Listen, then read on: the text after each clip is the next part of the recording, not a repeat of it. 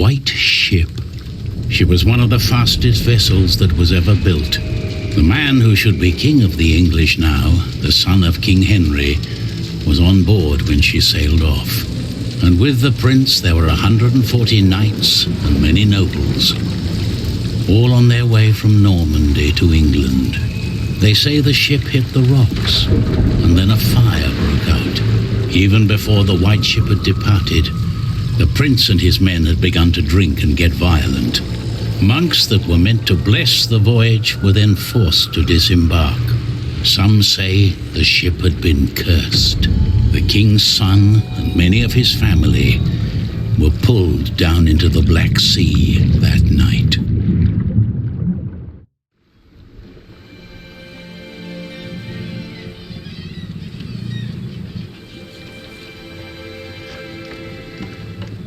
You're forgetting one important detail.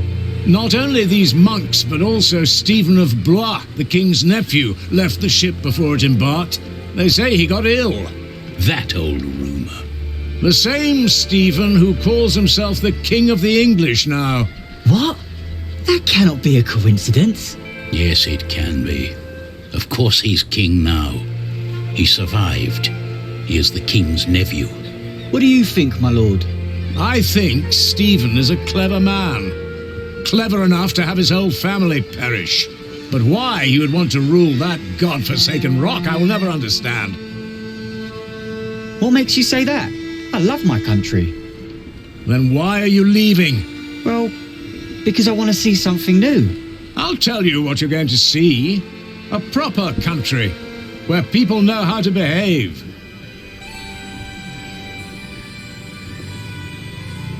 What about you? Why are you leaving?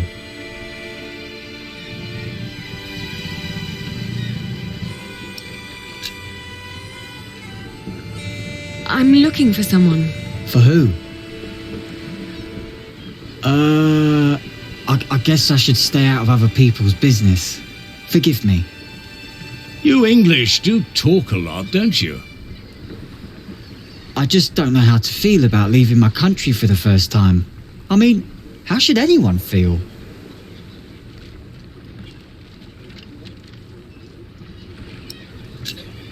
You'll see what happens. I don't know.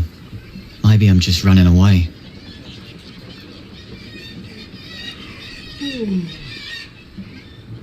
You should all get some rest. It will not be long now till we reach Cherbourg. Thank the Lord. I can't wait to be back.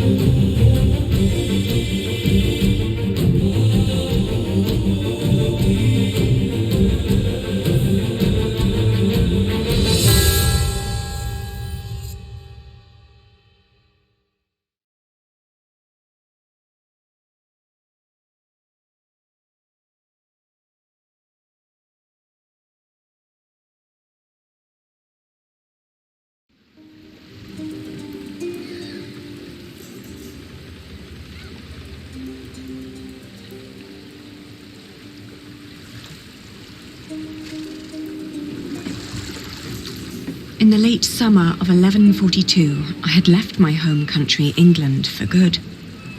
My old life lay in shambles, as did my former home of Kingsbridge.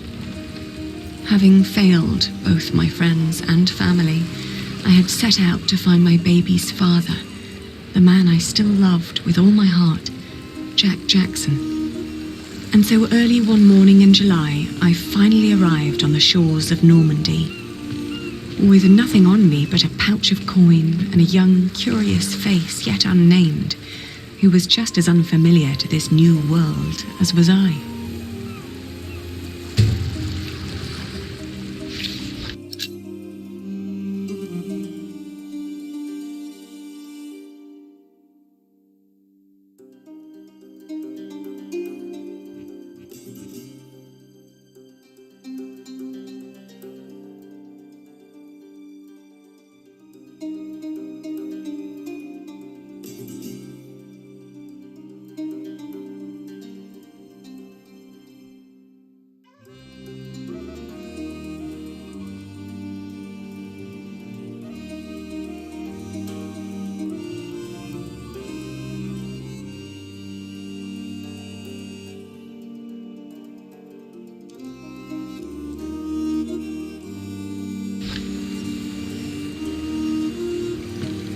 You're still here?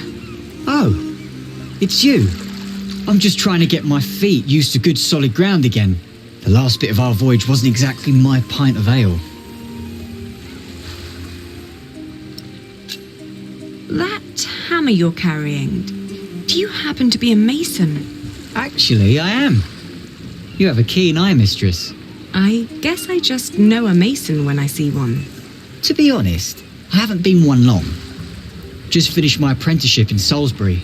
Before that, I used to shear sheep with my parents, but I guess that wasn't really for me.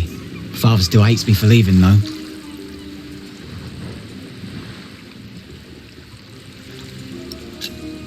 I left my old life as well. Scary, isn't it? To start off fresh and all that. Well, you definitely sound more excited than scared. Oh, I am excited. Wouldn't anyone be? I don't know. Maybe. What will you do to find work here as a mason? Don't know. That's for me to find out. All I heard was that the wages are better over here. So you'll just travel from town to town and look for employment? Right. And I'll start in Lassay. A fellow mason told me about the abbey there. He said these Normans build their churches quite differently than we do back home. I need to see that with my own eyes. Maybe learn a thing or two.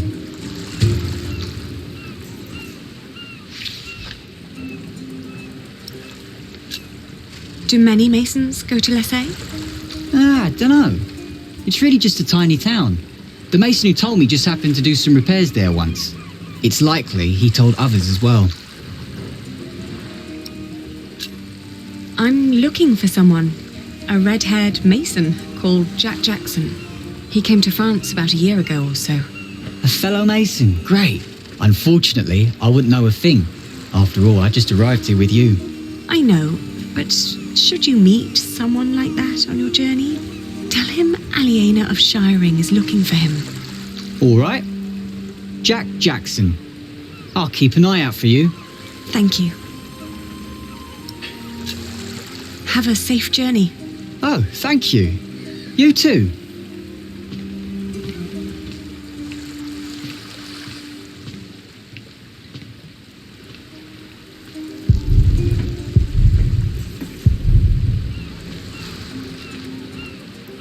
Good day. I am looking for someone. A traveller who came through here last summer. Oh, hush now. I need to talk to this man. Looks young. He was born at the beginning of summer. What's his name? I haven't given him one yet. You should. He needs to know who he is. Makes growing up a lot easier.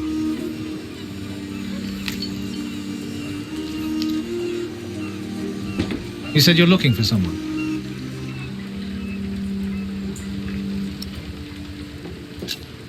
I'm looking for the boy's father. And from the look of your baby, I reckon his father has red hair like me, right? Well, I don't know every redhead around these parts. There are quite a few of us. Most of my family here in Cherbourg is ginger. Oh, his name is Jack Jackson, and he is a mason. No. No, sorry, I haven't seen him. And I come here every day. Maybe May saw him. She helps the sailors get their cargo to the nearby towns. Carries travellers, too. I'll ask her. Well, thank you.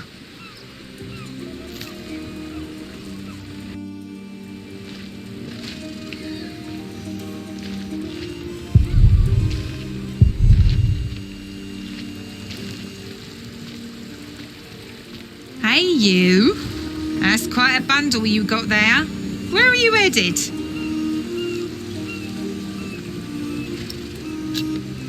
Have you seen a red-haired mason? He must have landed here sometime late last summer.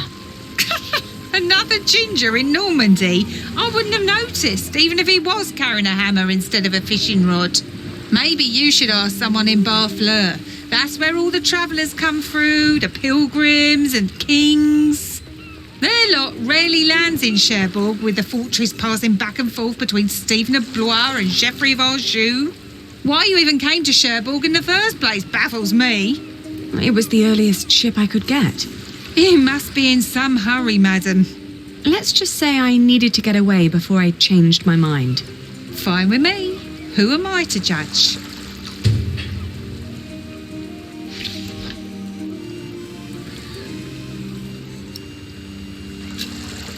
Do you know the road to Lessay? Been there, seen it. But I hope you're not planning to go there on foot. Tell you what, you give me some coins and I'll treat you to me wagon.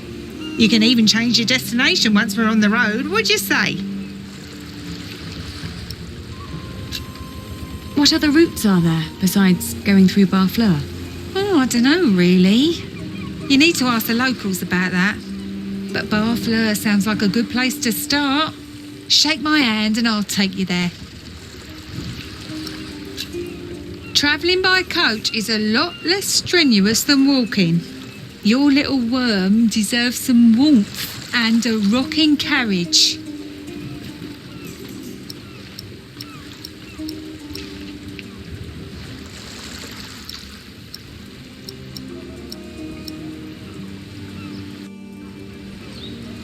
Apart from Barfleur, what other ports do people commonly use to get into France? Apart from Barfleur? Well, there's Harfleur. Sometimes people even go through Honfleur, which is close by. You could ask May to take you. I might. Thank you for your help. I'm afraid I can't help it. You really are quite like him. Maybe I should become a mason then. It would definitely pay more than being a fisherman. Have a safe journey.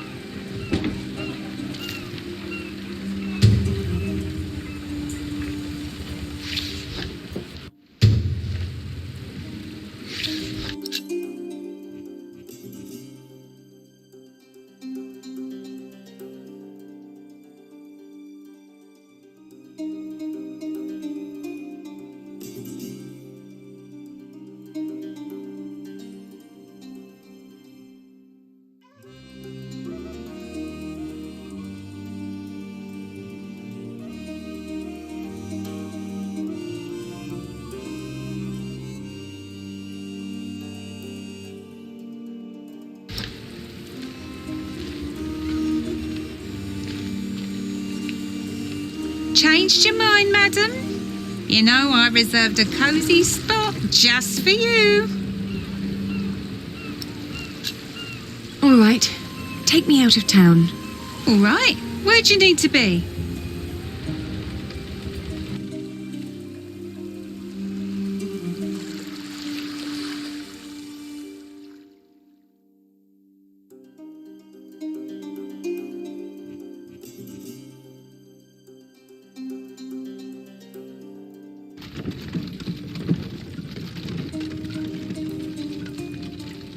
I arrived in Harfleur and finally got a lead. In an inn, a man remembered a red-haired Englishman who had planned to head past Lessay to the Mont Saint-Michel. I thanked him and was about to leave when a group of pilgrims asked me over to their table. They told me that they too were heading for Mont Saint-Michel, and although they had no intentions to stop in Lessay, I knew that joining a group would be a lot safer than travelling alone.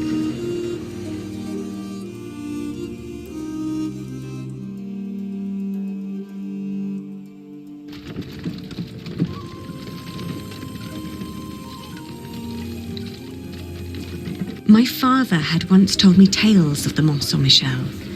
Long ago, the Archangel Michael had urged Hubert of Avranches to build an abbey on a lonely rock on the ocean by burning a hole into his head.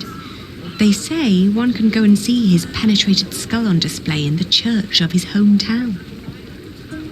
It was a windy day when I arrived, and the place was crowded with pilgrims and jongleurs. I remembered Jack's fascination with these tellers of stories. I spoke to one who was just taking a break. As it happened, he had indeed met Jack, although not in Mont Saint-Michel, but on a road heading east from there. Apparently, Jack had been hopelessly tracking jongleurs who might have known his father, Jack Cherbourg. But as he'd been gradually running out of money, he'd intended to look for work in Le Mans or Tours. That was about 6 months ago. I was catching up.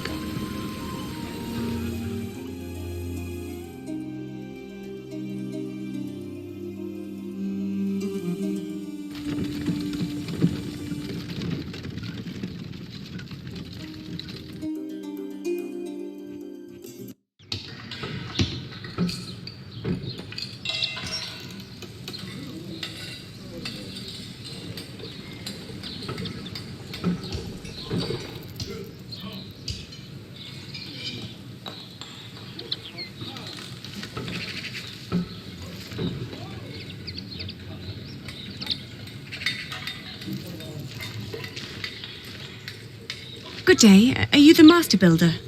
What is it? I'm looking for a mason who may have passed through here. An Englishman with carroty hair. He calls himself Jack Jackson. A redhead? Yes. Did you see him? He might have asked for work here. No, I'm not looking for new masons. We're just doing repairs. Ah, but was he here? No, never seen him. Now, stand back, woman. Something could fall on your baby's head.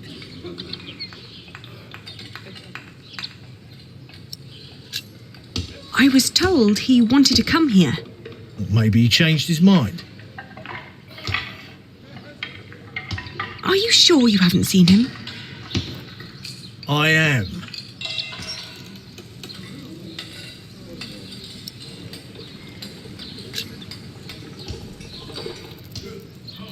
You hesitated when I mentioned a redhead. Are you sure you haven't seen him? Yes, I am sure.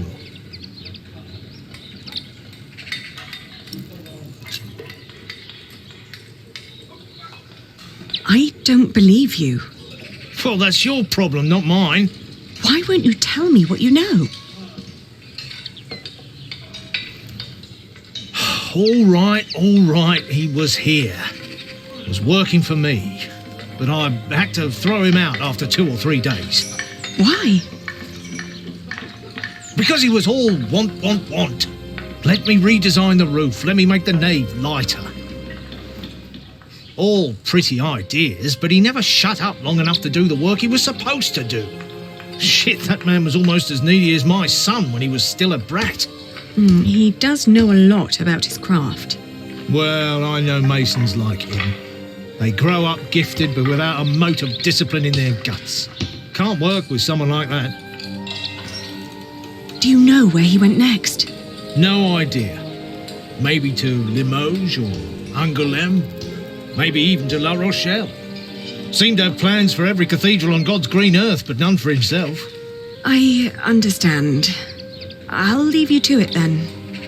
Bon voyage.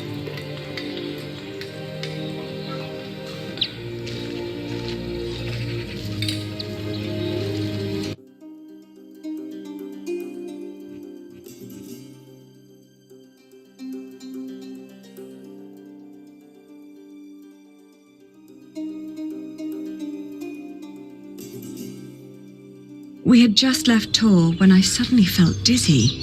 I stopped and made rest, trying to catch my breath, then lost my breakfast in a ditch at the side of the road. To my horror, our baby too had grown pale, his breath shallow like that of an old man. I tried not to panic, but the next inn was a long distance away and we couldn't stay on the road where it was wet and cold.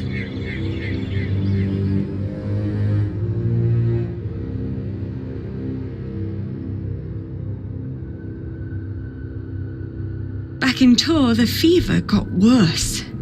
I remember people carrying me into a room, laying me on a bed.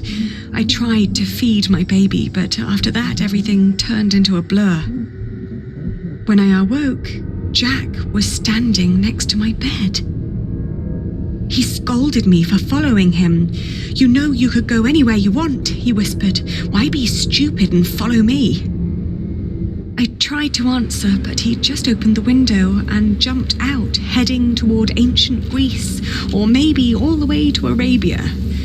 And in my feverish mind, I followed him.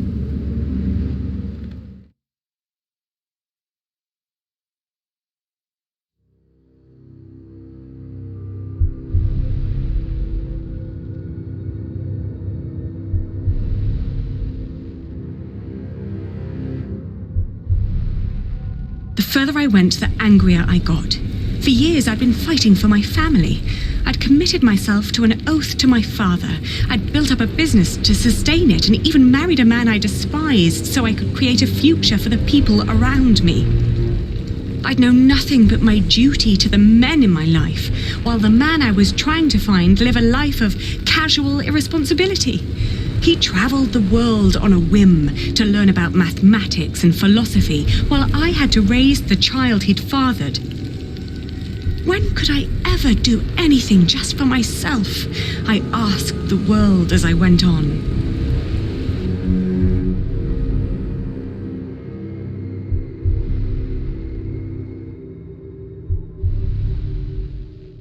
I'd travelled in a circle all the way to the edge of the world and back, only to return to the place of our failure. With my eyes closed, I listened to the sound of ripping yarn and crumbling walls, and of coaches carrying good people away into a cloud of crimson dust.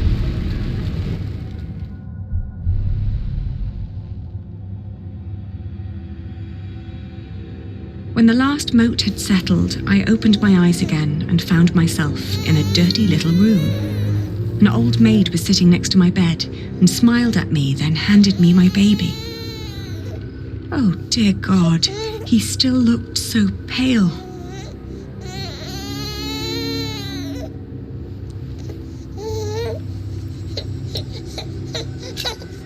I tried to feed him, but he refused. Oh, please, God, let him live. Don't punish him for my own sins. I gently caressed his head until finally he put his mouth to my breast and drank more and more, becoming greedier with every swallow. We had both been spared. We rested one more day. Then I gathered my things and headed back to the cathedral to thank the Lord for his mercy.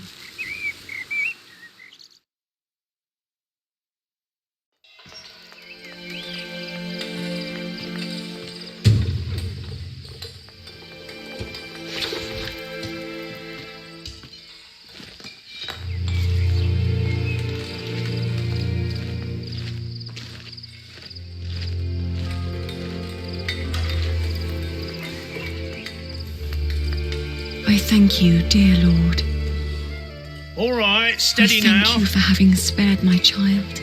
I thank you for... Don't let go until it's done. But why are you showing mercy on me? I failed everyone I cared about. I failed Jack. I failed my brother. And if I never return, I would also break the oath I had given Father. It's just that I feel like I've never had a life of my own. I've always fought for others. And this may be the very first time that I fight for something that I only want for myself. Maybe I should just go back and help rebuild Kingsbridge. Maybe Jack doesn't even care for me anymore. Amen. Huh.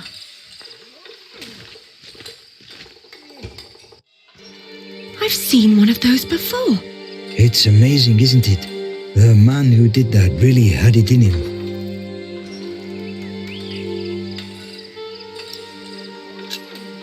Had what in him? The spirit of a true mason. It's a shame that the master let him go. In just 1 month he did so many things.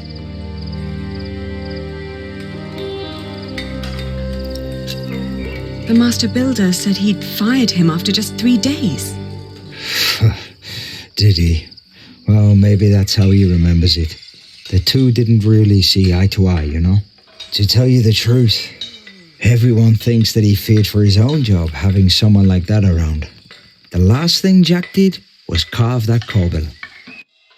It was the one thing the master let him do. Then when he was done, he was asked to leave.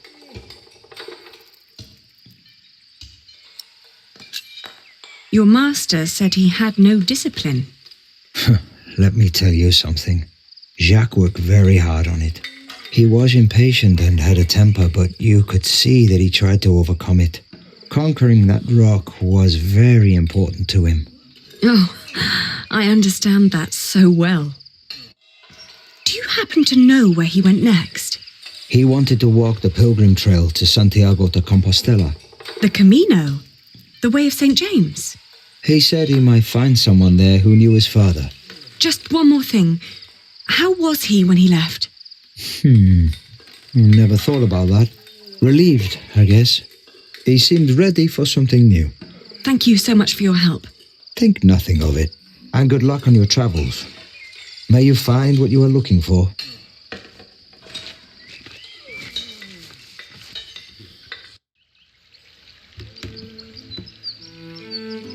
Isn't it odd? Just when you stop looking, you come across the most curious of things. Like these 3 devices that one of my merchants brought back from Baghdad. Oh no. Is it another one of your Banu Musa toys, Rashid? They're not toys, Adriel. They're objects of scholarly ingenuity and reflection. I will let my valued friend from the north do the honors.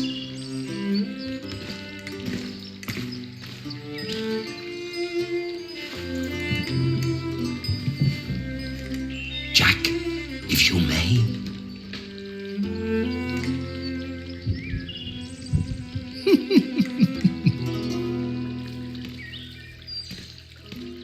For one, let me draw your attention to the magnificent songbird on the table. And then to that wondrous donkey next to the entrance. Although the most astounding thing of all stands right between them. That statuette? Ha-ha, precisely. And now? Now, Jack will heat the water in the tank. But one thing at a time, let us let Jack decide what to demonstrate first.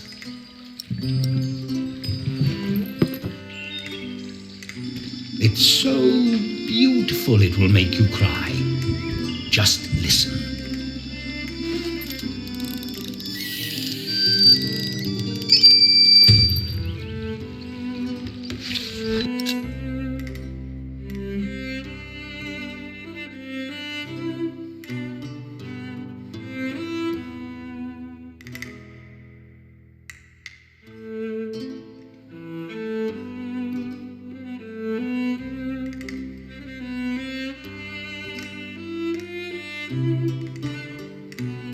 But how marvelous!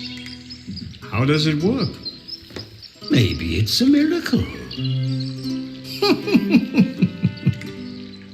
Right. Go on, Jack. Tell them.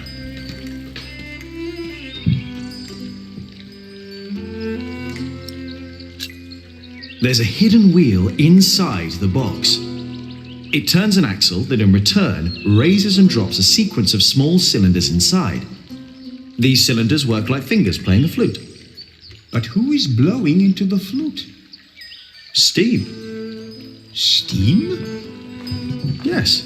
When I opened the pipe, it gradually pushed itself into the tube. The power of steam. For once, I must agree, this is brilliant. Of course! It was created by a Muslim after all. Let's not get ahead of ourselves. What else have you got, Rashid? Anyone care for some tea? Thank you, my daughter. We will have some as soon as Jack has finished our presentation. Mind if I watch? Of course not. So, who is this man, Rashid? Jack is a friend of the house. A brilliant man, a scholar and a talented artist. I could watch this man scoop up water all day. Just the other day, he explained Euclid to me. What is that? A Greek who wrote a book called The Elements of Geometry.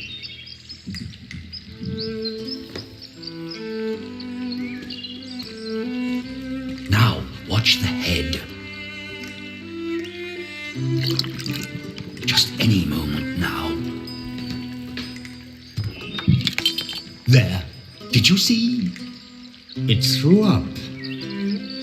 Rashid, this is disgusting. Oh, far from it. Would you kindly explain how it works, Jack?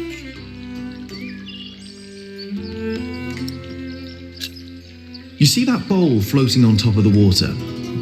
At the bottom of that bowl is a small hole. Through it, the bowl is slowly filled with liquid. Once it's full, it sinks, pulling a string which makes the ball drop onto a weight. This, in return, pulls the bowl up again, emptying it in the process. Thus resetting the entire mechanism.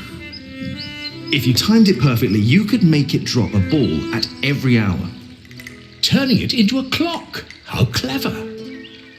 For me, it's still nothing more than a puking donkey. Show us more, Rashid. One could join those two and build a singing donkey clock. One song after every hour.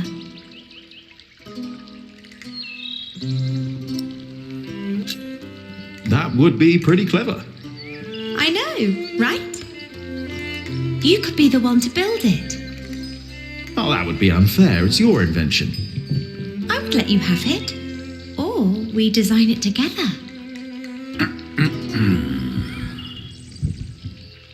You still haven't shown us that statuette yet. Of course. Jack, if you may. The Egyptians translated it into Arabic, and now the Englishmen are turning it into Latin. Oh, you will love this. Just watch. How very peculiar.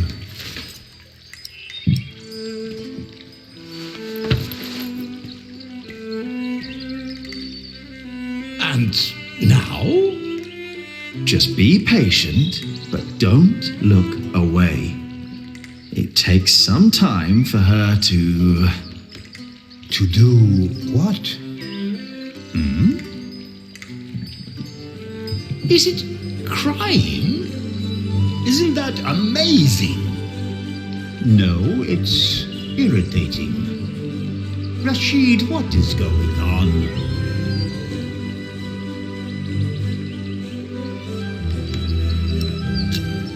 It's a mystery. Rashid, please. We all know that there is no such thing as a man-made miracle.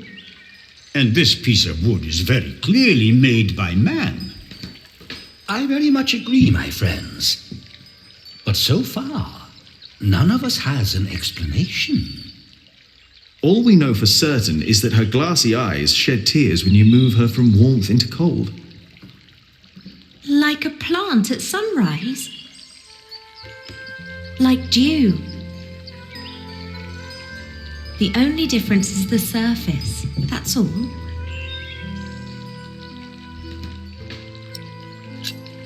I think you may be onto something. Am I?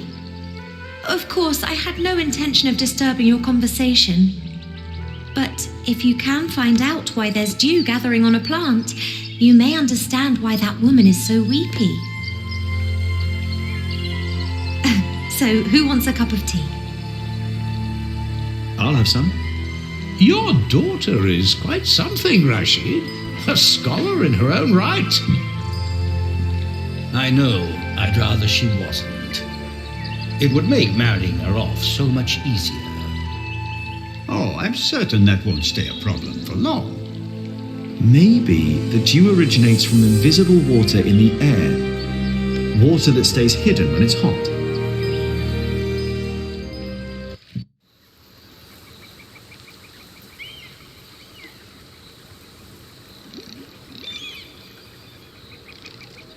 The pilgrim trails across France converged at Osterbat in the foothills of the Pyrenees. There, the group of 20 or so pilgrims who had been travelling alongside me since I'd left Tours swelled to about 70. Some were prosperous citizens, some probably on the run from justice, a few drunks, and several monks and clergymen. Several languages were spoken, including Flemish, a German tongue, and a southern French language called Oc. Nevertheless, there was no lack of communication among them, and as we crossed the Pyrenees, they sang, played games, told stories, and in several cases had love affairs. While my baby and I kept mostly to ourselves.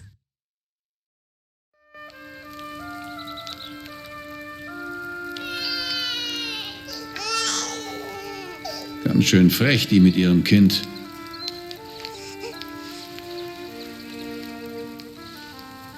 Hush now,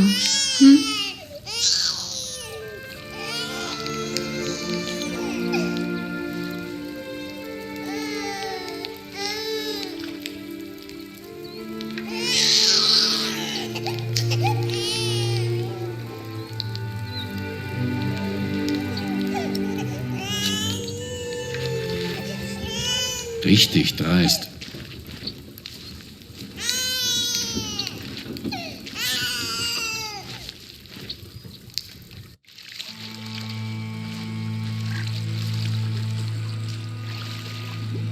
Dear Lord, what are you doing? You should get out of the water. It's freezing. My ring! I lost my ring! Dear Lord, please show mercy.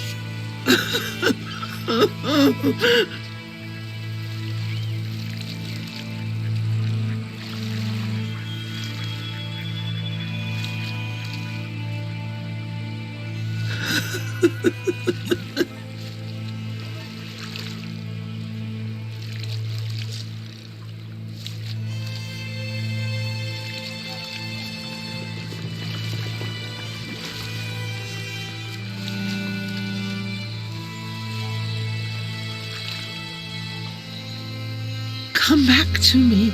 Please come back to me.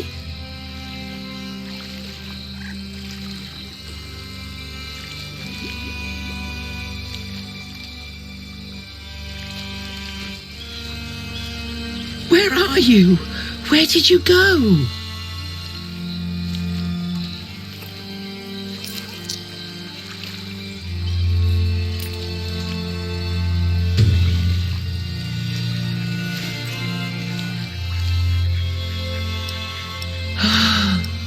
I found it.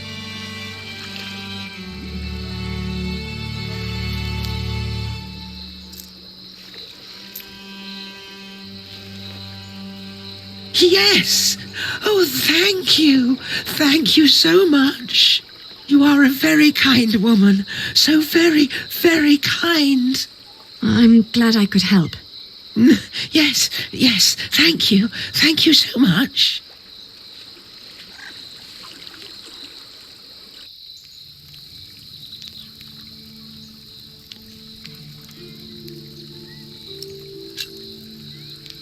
Are you getting warmer? I am, thank you. I can see this ring is very precious to you.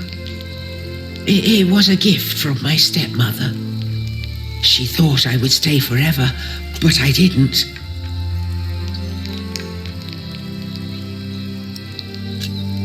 Tell me about your stepmother. She was such a kind woman. So very, very kind. Why did you leave? Oh, I thought I didn't belong.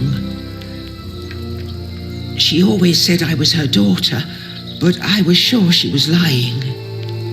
I was so selfish and so stupid. Too stupid to see I really was happy.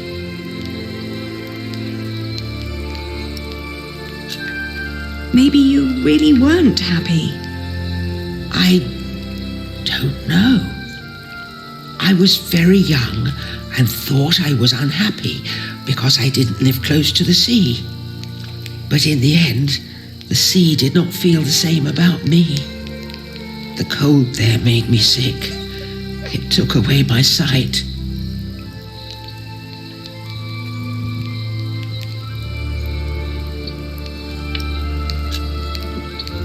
Why didn't you go back?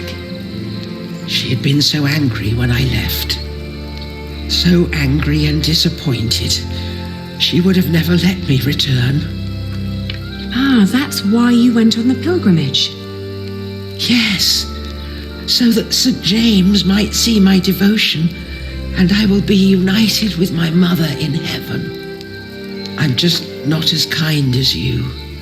Not kind at all.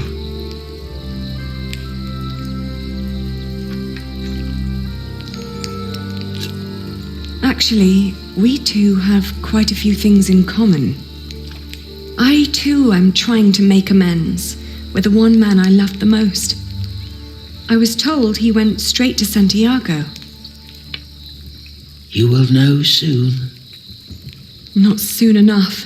It's still 4 weeks till I get there. He'll be there, I'm sure of it. I hope so. I just feel that with every day that passes, I'm losing him a bit more. And that the only thing I can allow myself still to hope for is not love, but forgiveness. I understand. Hey, hush now. Not long now and our journey will be over,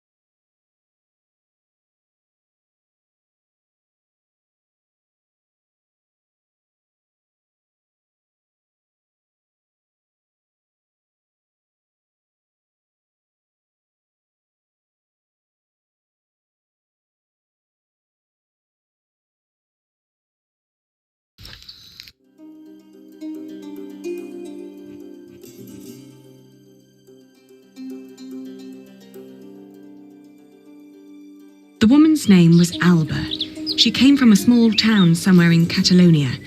I quickly got used to her constantly feeling out for her stepmother's ring and the sad guilt that would always follow in her milky eyes.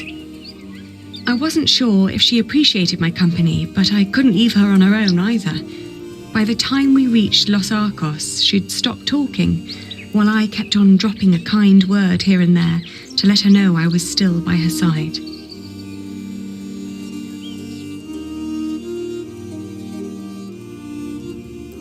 Alba believed herself to be of weak mind and body, and yet she walked the Camino with a strong sense of purpose that willed her onward. It made me wonder about what I'd told her about my own journey. Did I hope for love, or was I really travelling because I needed him to forgive me? But what was there to forgive? My decision to marry Alfred had been in the best interest of the people of Shiring. It was a sacrifice I had to make to stop the evil reign of William Hamley. These questions had haunted me for a long time now. But if I really was going to see Jack soon, it was time to make up my mind.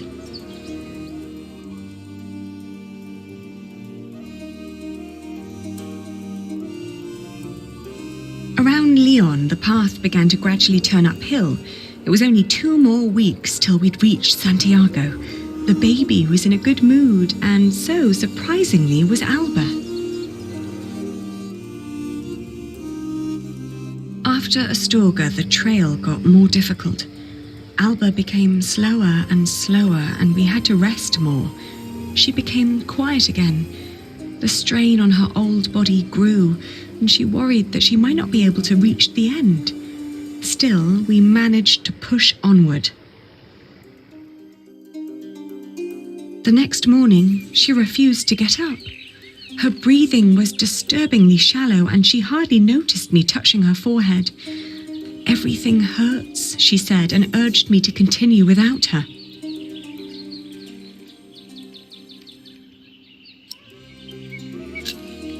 Of course, I stayed with her. I brought her food and water and sat by her side. But day after day, her condition grew worse. She kept on urging me to go, to find Jack, saying the monks of Ponferrada would take care of her.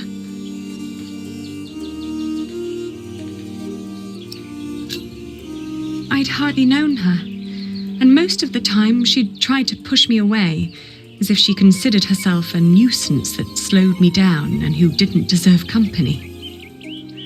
It wasn't until a few moments before she died that, for the first time, she smiled at me, and I like to believe that she saw me smile back. I still like to believe that here, in this unlikely place, dying next to a near stranger, she'd found a moment of serenity and happiness, but she'd not reached Santiago. When I left, that thought still haunted me, to see that a journey could come to an end so suddenly. But what would be different if she had reached Santiago? Could she have been disappointed by what she found?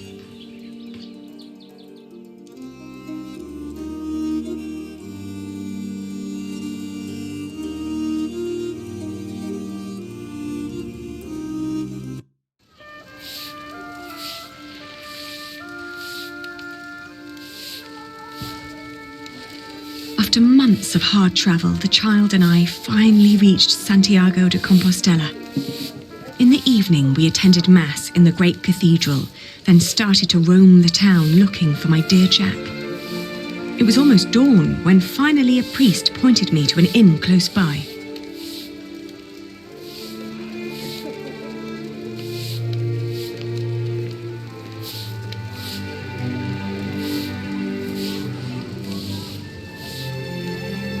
Buenos dias. Do you understand me? Sinto ben, pero non temos camas dispoñibles. No, I don't need a room. I was told a friend of mine stayed here some time ago. A red-haired Englishman called Jack. Do you remember him? Eu só che falo en galego, miña rula. Français? English?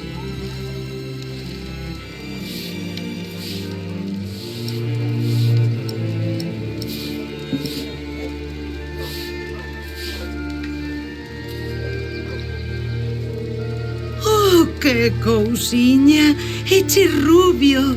Sí, redhead.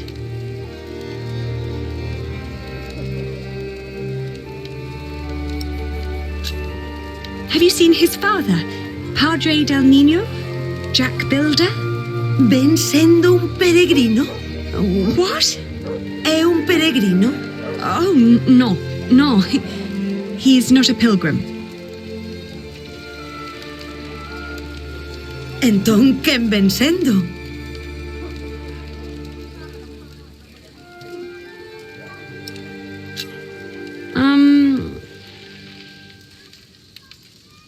Let me show you something.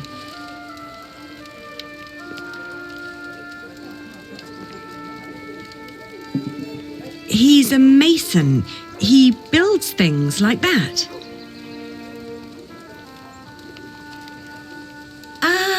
Eche masón. Albanel. Sí, a mason. It's the same word in Galician. Por aquí pasan unha morea de masóns. Non me poderías dicir algo máis sobre él? Well, he's a mason and he has red hair. He's also very knowledgeable. But how do I tell you that?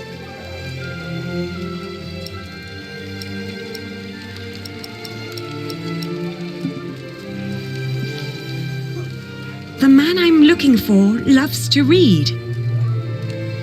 Anda, isto é che do masón. See, it's his. Oín falar dun masón que dis que se dedica a traducir libros en Toledo. Polo visto, di que se chama Jack. Yes, Jack. Have you seen him? Non sei cal será o seu apelido, pero ben é certo que non chai moitos masóns rubios aos que lles guste ler. Se tan desesperada está, por que non vai a Toledo a comprobalo por si mesma? Entón, marchou para Toledo.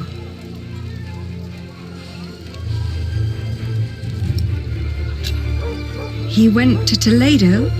A Toledo marchou, sí. Di que o teu Jack podería estar en Toledo. All right, so I will go to Toledo then. Gracias. I just pray that I understood you correctly.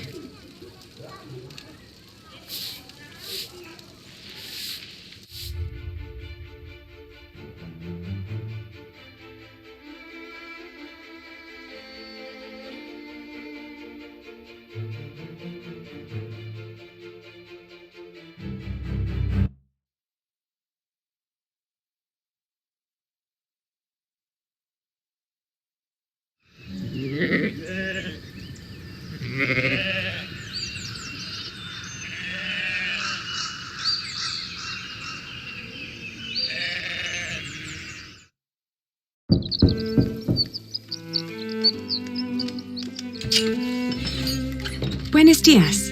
Parlez-vous français? English? Of course. How may I help you? I was told a man named Jack Builder lives in this house. Who told you this? A group of scholars living at the edge of town. They said he used to translate old scriptures about mathematics before he moved here. Please wait here. I will talk with Master Rashid.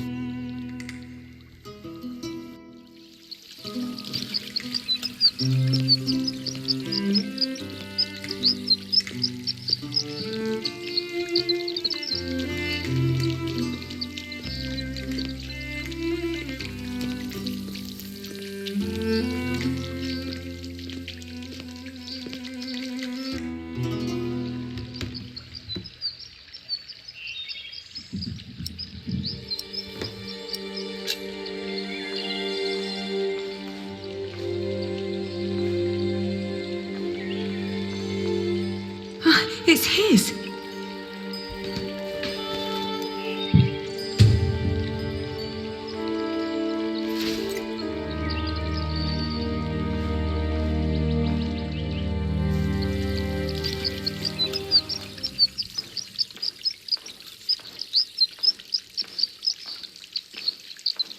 Oh, there you are. May I ask who let you stroll around our house?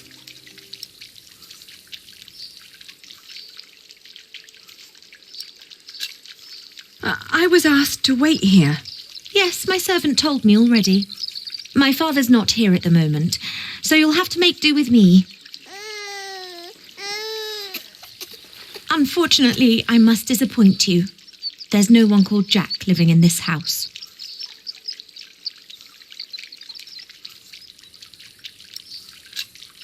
He must be here. I found his slingshot. What? Who allowed you inside my father's archive?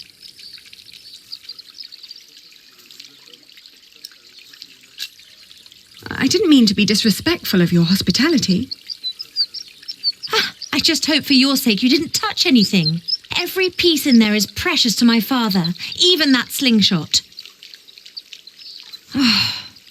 I'm sorry, but this is not easy for any of us. I think you should know that Jack and I are promised to each other. Maybe we should go inside.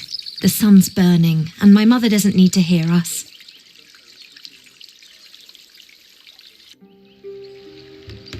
Jack told me about you. You are Aliena. You're the one who rejected him and married his stepbrother.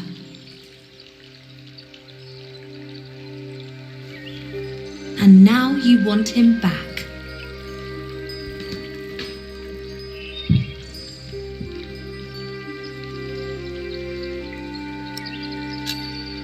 I'm sorry. I didn't know he was engaged to someone else. It's not my intention to cause you two any trouble. He always said that he had come here to find out about his family. But instead, he found out about everything else. About philosophy, mathematics. When he and my father met, it was love at first sight. They studied together and made great plans. But in the end, Jack would always start talking about his cathedral again. This great church he would build one day. Rib vaults and pointed windows. He'd ramble on about it for hours and stare up at that ceiling. We three sat here for hours and talked, and then in the evenings it would be just the two of us. So many strange ideas about the future, some barely more than silly dreams, others almost in arm's reach.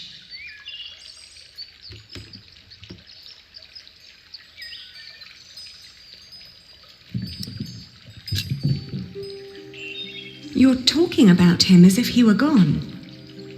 Well, he's not here anymore.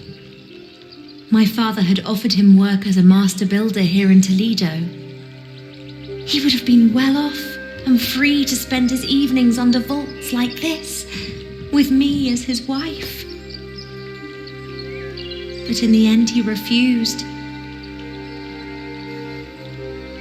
Tell me, did you really marry his stepbrother?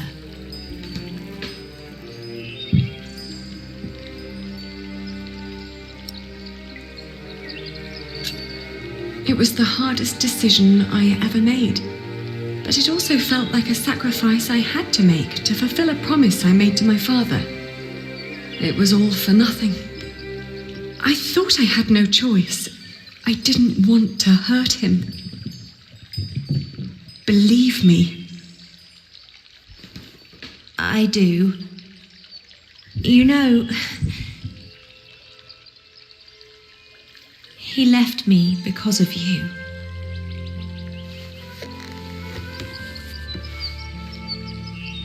Even after all you did to him, he couldn't let go. You can be glad that you ran into me and not my mother. She was enraged when he left. He can have that effect on people. But apart from that, we made our peace with him. Father even gave him one of his favourite pieces of his collection as a parting gift.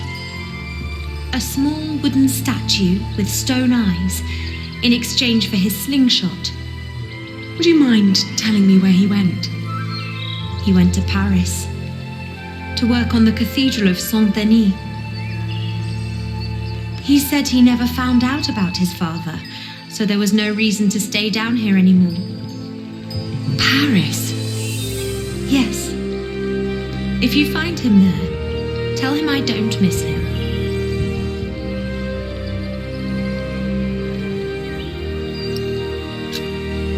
Thank you, and all the best to your family. Thank you. What is the child's name, by the way? Well, he has none yet. I wouldn't name him without Jack. Isn't that a bit silly? Maybe. But he's his son as well as mine. It's his right to have a say in it too. Then off to Paris. That baby needs a name. He will get one. Thank you.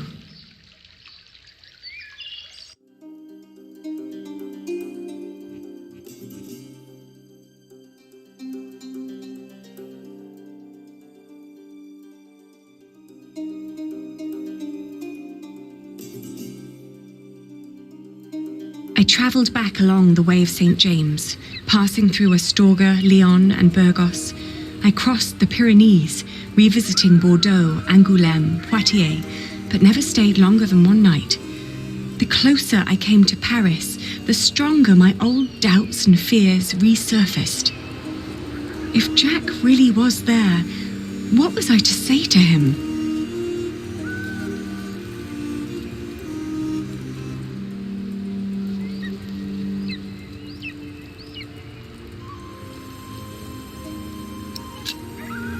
was sure I would slap him for running away without a word.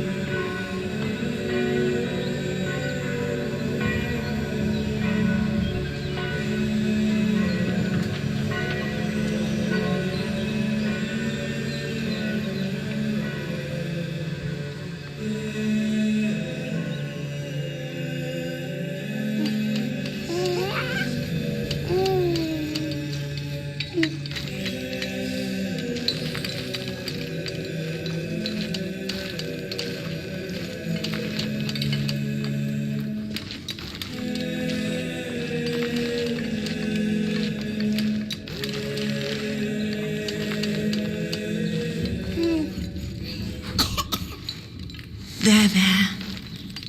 Are we awake then? You almost missed this. Look at these colourful windows. Look at the light.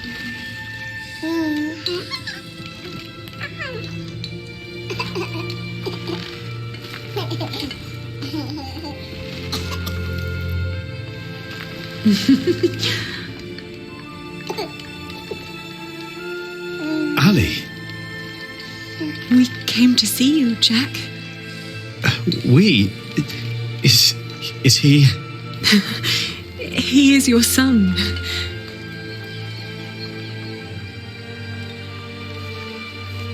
My son?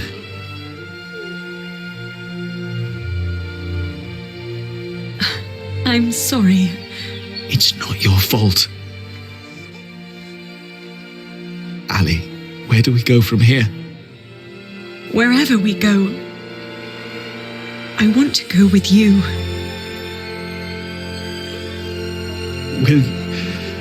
Will you marry me? Both of you? We will. We stayed in Paris as husband and wife. And our son, Tommy. The days went by quickly. Jack had learned much working as a builder in Saint-Denis. Days became months. Then after a year, we both grew restless. Where can we go from here? We asked ourselves again. We both confessed that we wanted to see our families, our friends. And then we knew where we wanted to go. Home.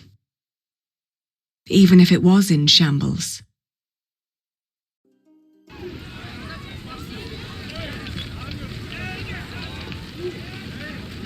We need to hurry. The ship to England will leave soon. What's going on here? Whatever it is, if the crowd doesn't clear up, we'll miss our ship.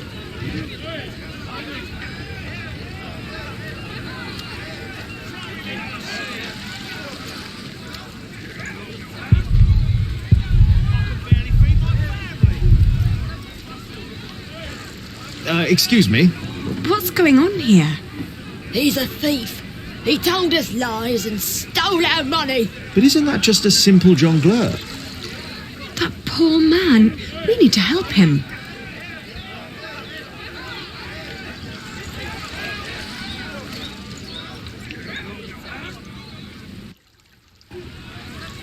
Do you know what's going on? Oh, chaos. I can't get these people to calm down. God knows I tried. What happened? The jongleur told the crowd a few stories. Then he sold people some miracle charms, but it was just fairy tales and painted stones. Well, it always is. I know, but I'd need a real miracle to calm them down now. Otherwise, they'll rip him apart.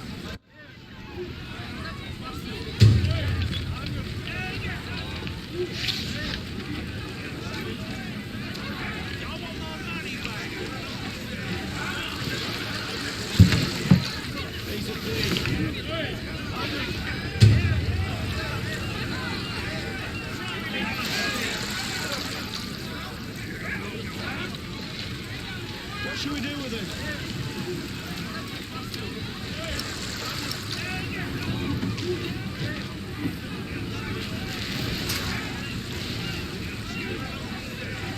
Do you see? It's working. Your friend Rashid must be quite the miracle worker.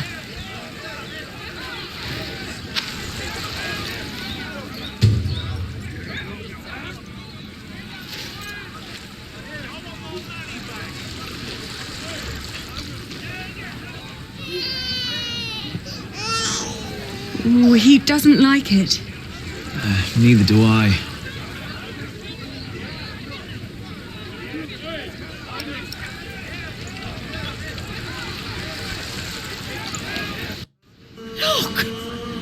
What's going on? The Holy Mother. She's crying.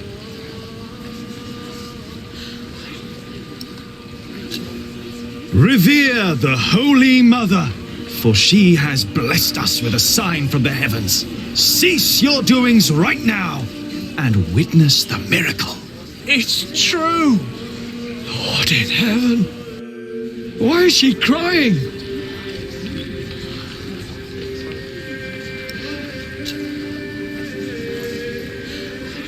She weeps for your sins.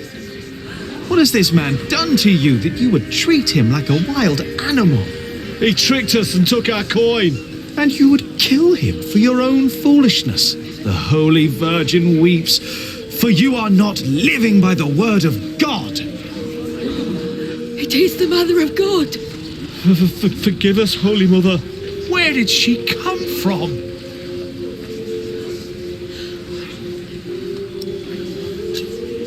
For hundreds of years, she languished in the land of the Saracens. Dormant, she has been waiting for the one to bring her home. Listen to what he has to say. The Holy Virgin has chosen this young family to protect her. Tell us all where you are headed. Her destination is beyond these waters, in the small town of Kingsbridge, in the earldom of Shiring. There she wants to rest. Kingsbridge? Where's that? Hail Mary! Make way for the Holy Virgin! Hallelujah! Make Robert well! Huh? Blessed Mary, let my daughter conceive! Give us a good harvest! They're donating to ask for her blessing. Oh. The Weeping Madonna shall hear your prayer. And with your donations, I shall build her a new shrine at Kingsbridge, a cathedral.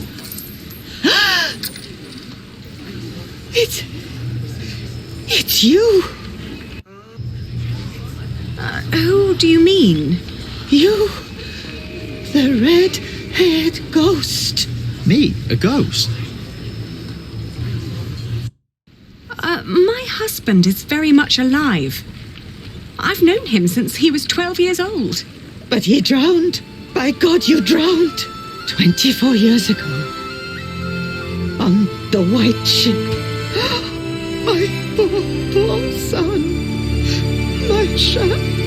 His name was Jacques. Jacques Cherbourg. Jacques Cherbourg.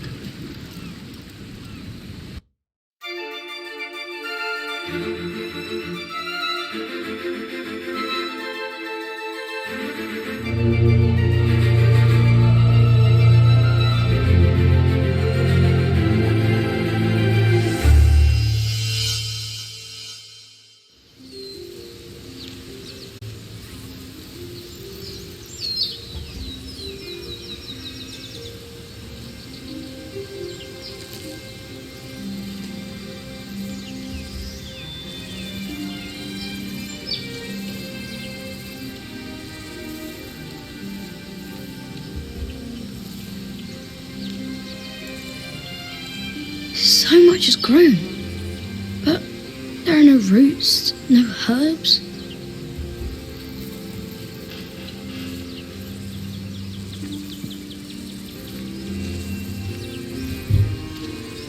What are you looking at, Jonathan? The garden is in disorder. I want it to be right again, but I don't know how to do it. Before I became prior, I thought the same about Kingsbridge. Well, what did you do? I cleaned up. Where do we start?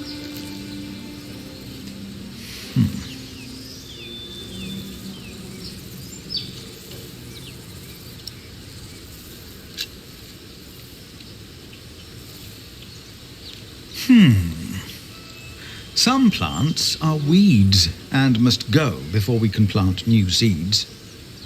What are weeds? They take away what the other plants need to grow. Light, water, room. What do we do? Pluck them. They look a lot like every other plant, so you need to learn how to tell them apart. Here, you see those? They're called wood sorrel. Let's pluck only those for now. I'll do it. If you insist. Make sure to pull out all of the thin roots. And now what do I do?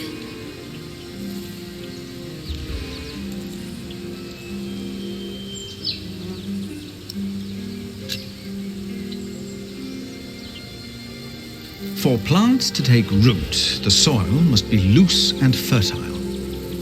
So, may I dig now?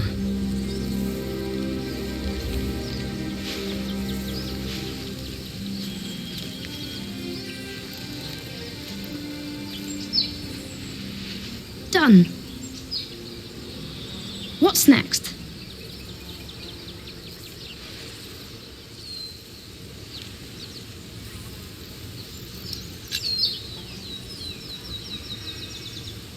Stay here. I'll be right back.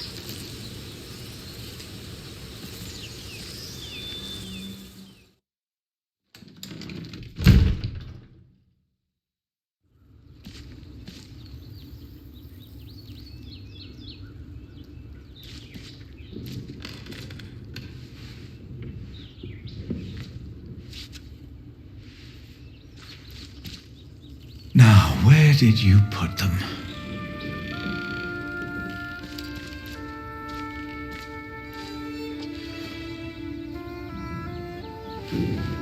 Ah, here they are.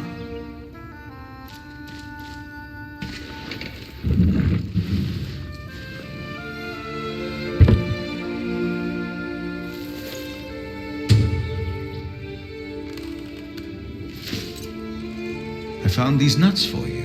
Remember, Milius, you always said that one day there will be a beech tree growing here. I think it's about time.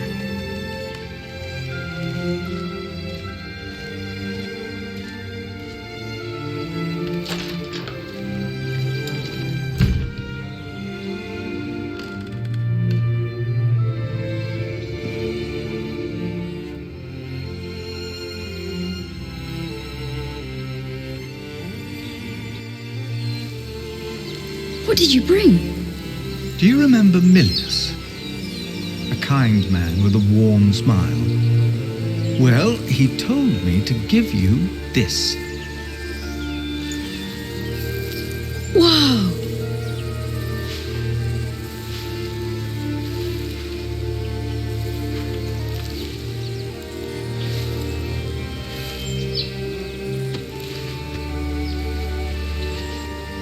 Now we just have to wait. All right.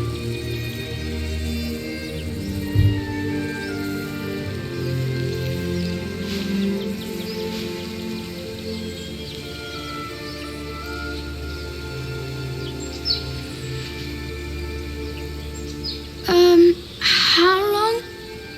Too long for us to keep sitting here. That long. Some things take time. And only with patience will you receive your reward. Why do we have to do all these things if all we had to do is wait? Simply waiting would not have been enough, Jonathan. You just paved the way for things to take their course. They are happening right now. And in a few days' time, we will return and see the first green leaf of something new. Oh. Is it God's reward? Maybe. Does he make things grow? You made it. No, I just planted the seed.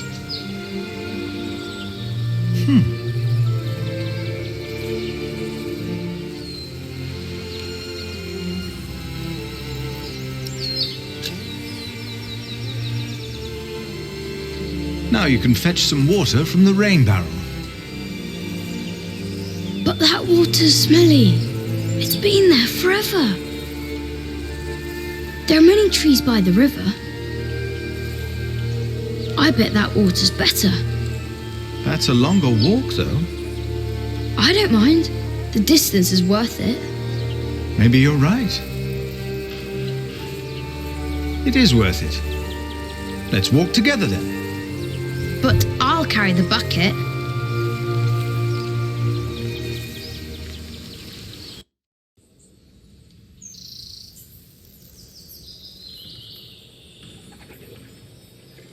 Why isn't Remigius holding the sermon? What's gotten into Philip?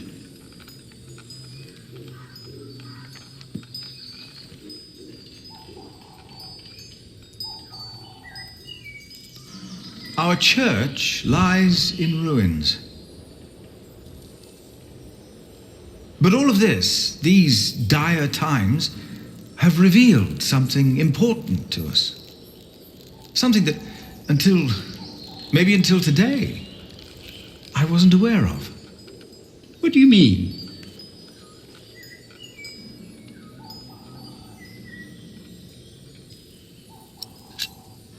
You've been praying in these ruins. But you've been praying like you always did, in humbleness. We don't need a church for prayer. Where else are we going to pray? The chapter house? The church is where God resides. God doesn't work in the ways we might assume. Today, Jonathan tended to our garden to make it beautiful again.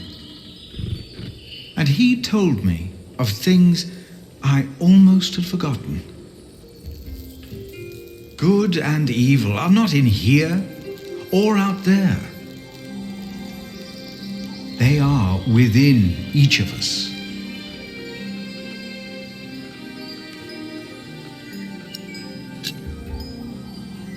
God made us in his image.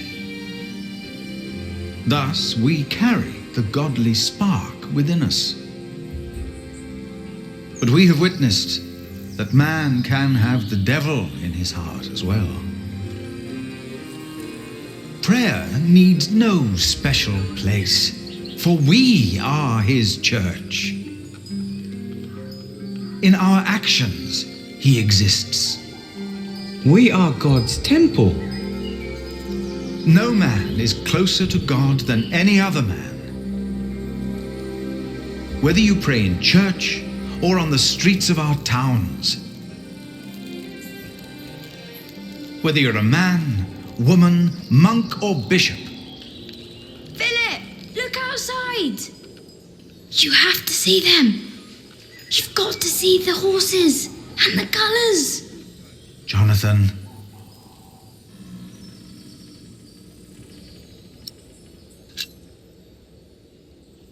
Now, what's going on? I heard noises and I went to look. Calm down. What happened? But the priest said they brought a miracle. Who? What? What priest? Step right up, brothers and sisters. For you are about to see something that will change your life. Who is that? They brought us a miracle. A miracle? Don't be shy. There is no danger, just awe that awaits you here. Ah, You must be Prior Philip. I am Brother Reynold. I have been sent by the Archbishop of Canterbury. Here is his letter, in case you have reasonable doubts.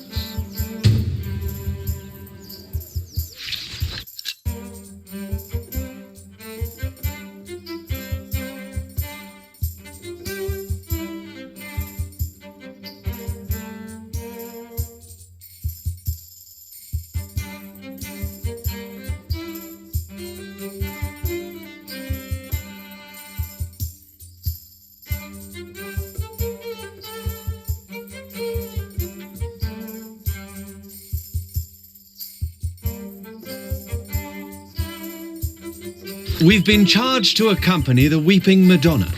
She is to replace the loss of your relic, St. Adolphus the Martyr, who was taken from you, I hear, with brute force. What? On her travel from far away Africa, she has collected donations to reward Kingsbridge for your faith in her and in the Lord. I can't believe this. What is all this? You do believe. That is why she came. And that is why you shall witness her miracle for yourself today.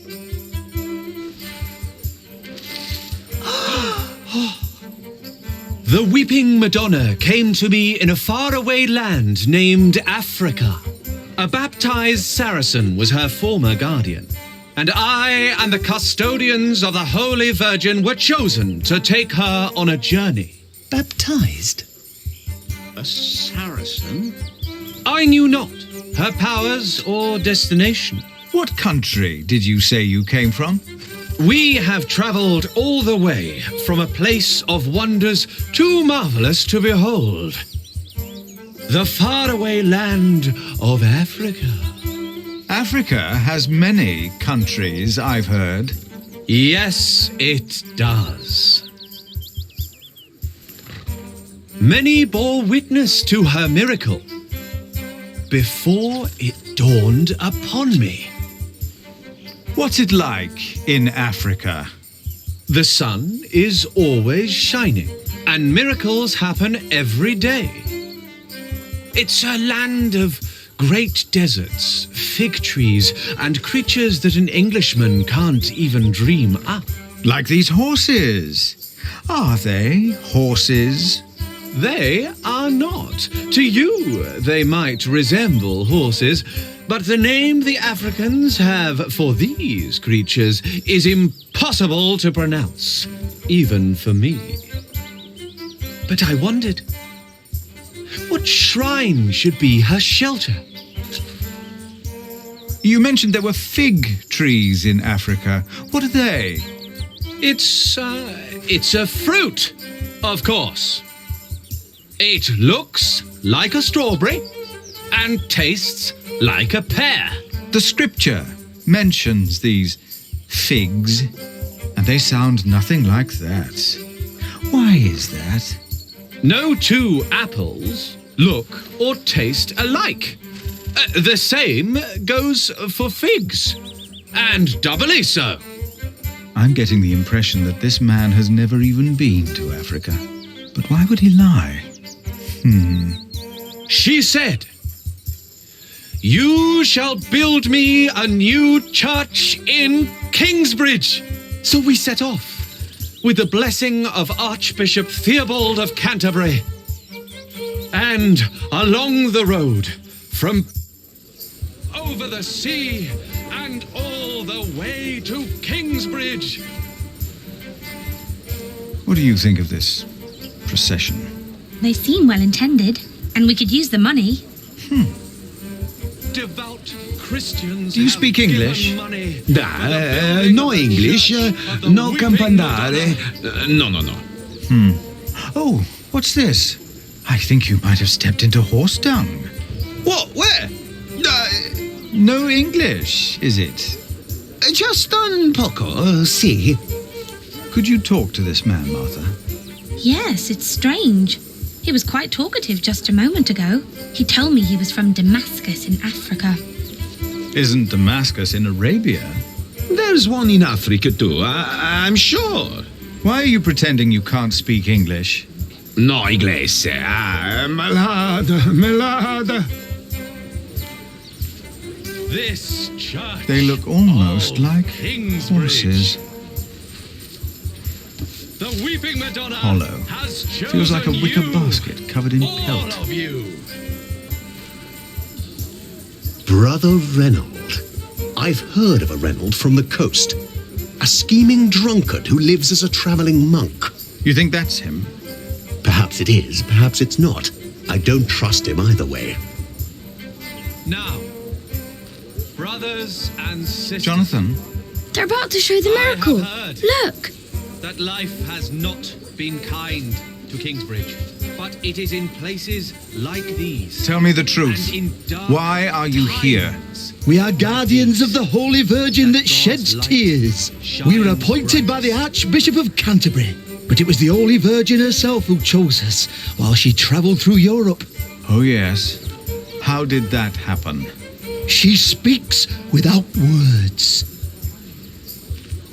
And along the road from Paris, My across dear people. Normandy, Oh, I'm so excited to see a true miracle. Did you hear that? The Madonna has chosen us. She's come all the way from Africa.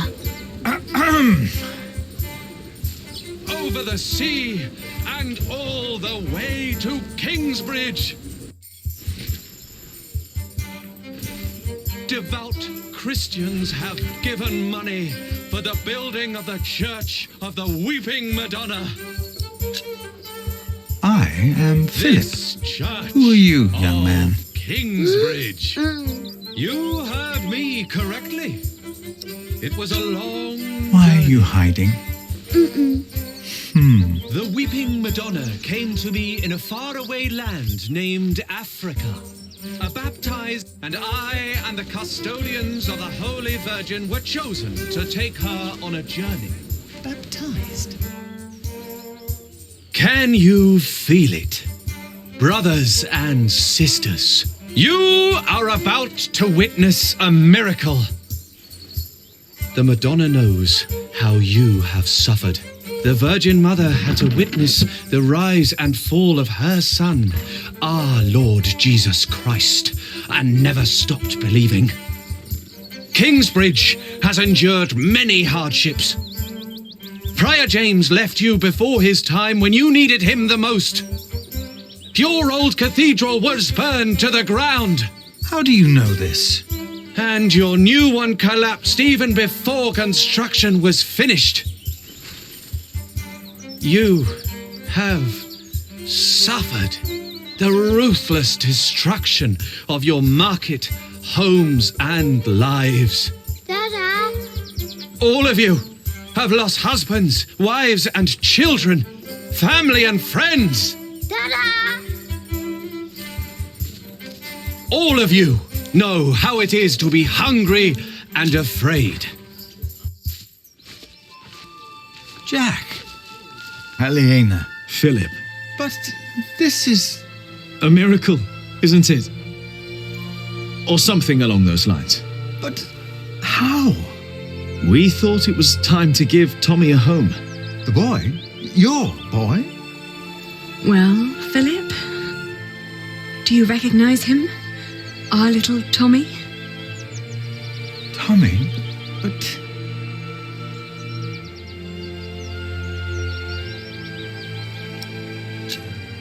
It's been almost 3 years since I last saw you, Jack. Where on earth did you find him? I'd almost given up looking for him. Then Tommy found him. And you decided to come back? Well, this is our home, after all. Then what on earth is all this? This miracle? With the Madonna, we were able to collect donations for your priory and for Kingsbridge. Really? We can start anew. We can rebuild the cathedral. What's the catch? I'll get to be master builder. Why?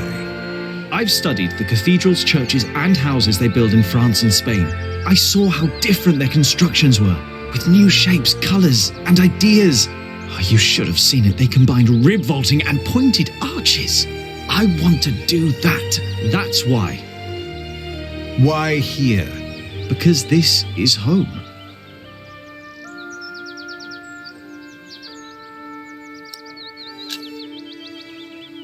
The townspeople probably think that's enough to build a whole cathedral, but to me it looks like about £100.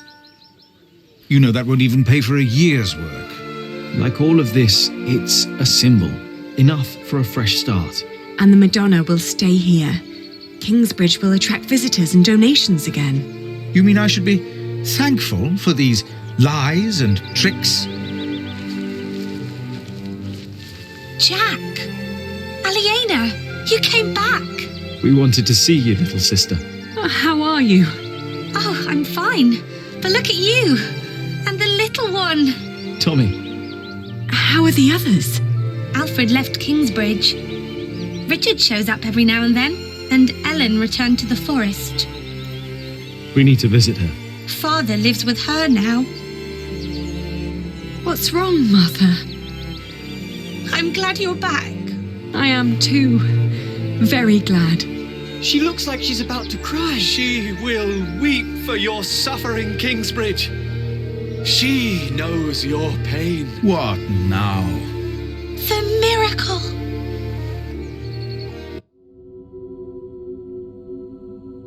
Her eyes are wet. Her eyes. Look at her. They're shining. She cannot hold her tears any longer.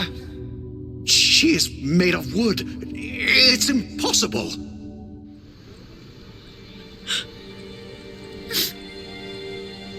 Why are you weeping? She is mute ever since her husband died. The Madonna has suffered as I have. She understands.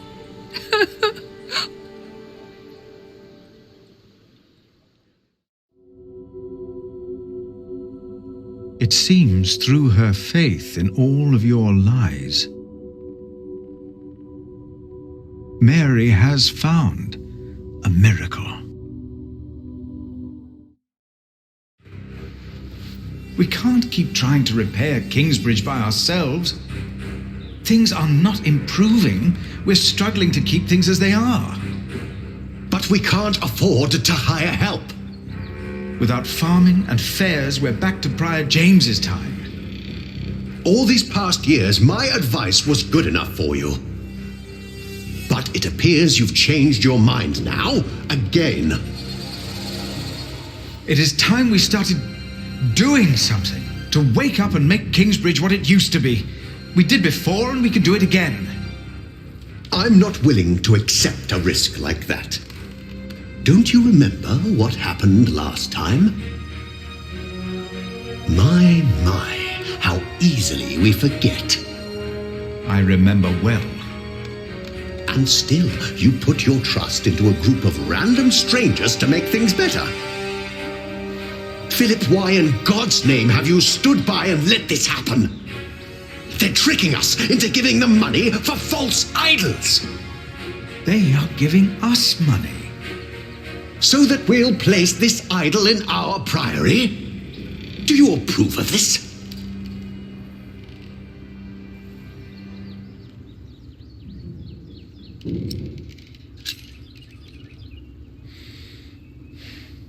People need hope, and these travelers are giving them hope. Yes, it is a deception, but with good intentions.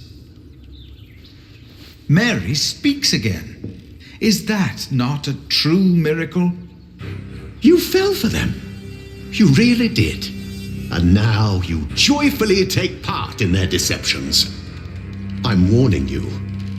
I cannot support a prior who tolerates heresy. Your threat won't sway me. No matter how unconventional, their return and their gift are a blessing. You made your decision, Philip of Gwynedd.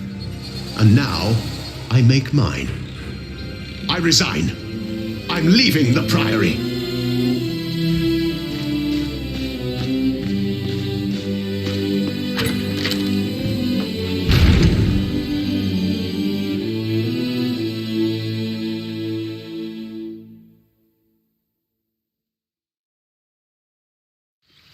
You got so big, Tommy. And you're just as shy as your father was. Don't let him fool you. Usually, he's always up to something.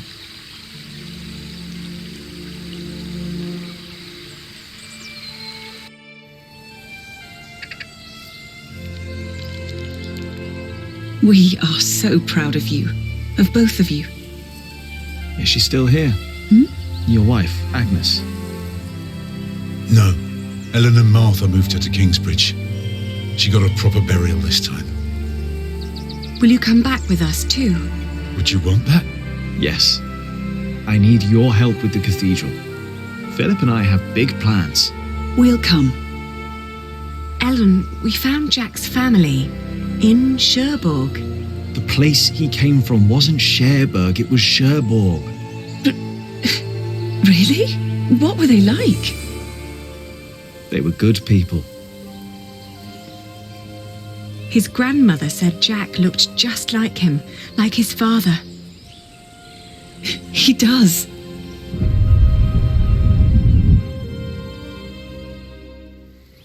But they never came for him or asked about him. They thought he was dead. His ship sunk. He'd always wanted to go to England. Have you ever heard of the White Ship? No. The king's family drowned. My father was there. He was the only one who survived. Not for long. You told me that he was accused of stealing a chalice. Yes. But I know he was innocent. I heard the story and had to find out what he looked like. He told me his name. I fell in love. I helped him escape. But in the end, they caught up with us. What happened then? They hanged him. I was there. And you were there, Jack.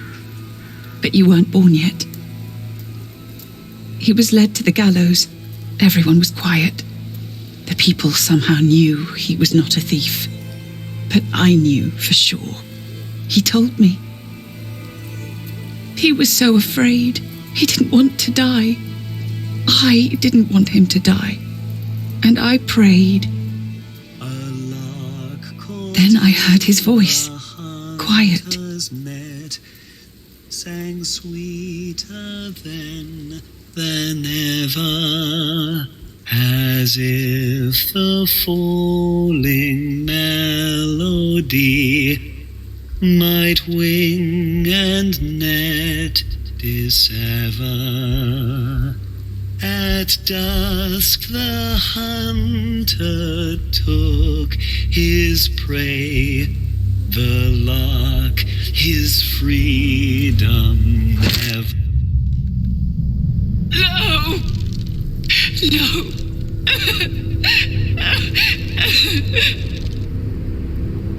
You said that 3 men were responsible for Father's death. Who were they? The Sheriff of Shiring, Percy Hamley, Prior James of Kingsbridge, and Archdeacon Wailer Bygod. They showed no mercy. Neither did I. I curse you! All of you! He will return to haunt you! One day, you will be judged for what you did. Your houses shall be consumed by fire. Your life shall end in pain and agony. You shall grow old in sadness and regret.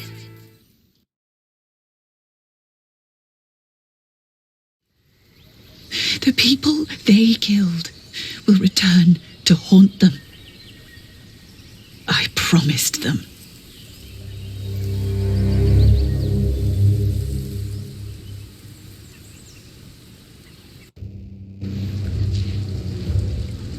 We welcome our new prior, Remigius.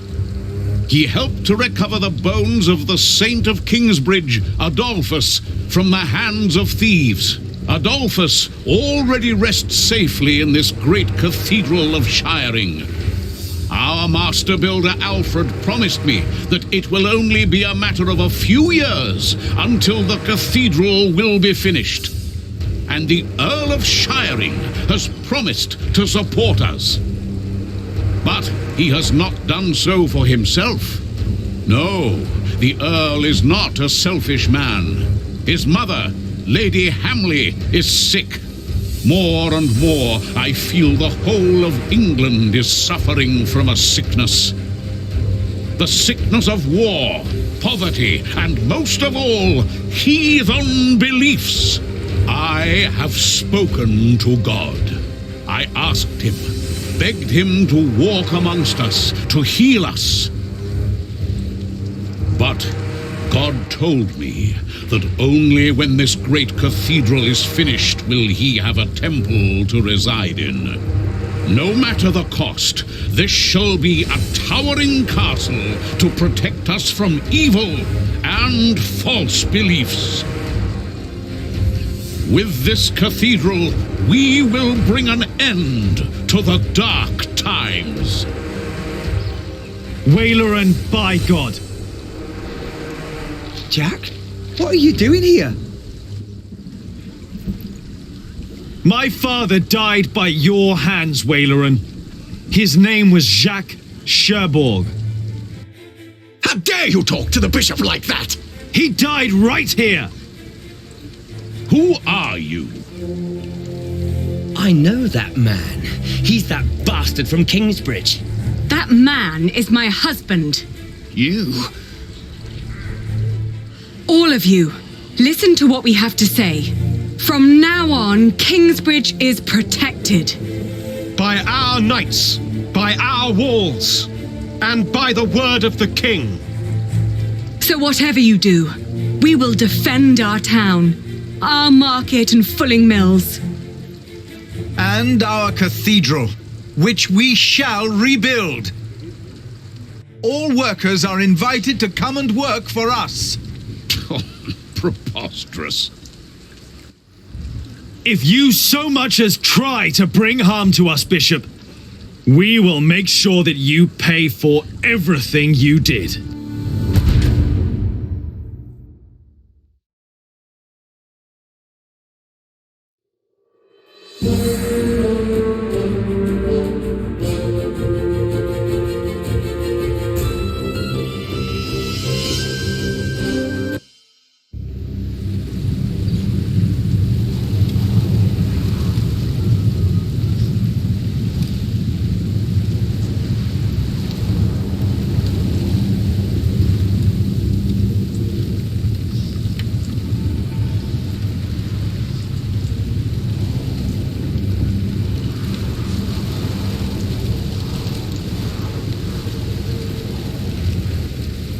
It had been 3 years. 3 years of drought. 3 years of hunger and poverty. England was brought to its knees. Only our walls had kept us safe from the bands of outlaws raiding towns and villages.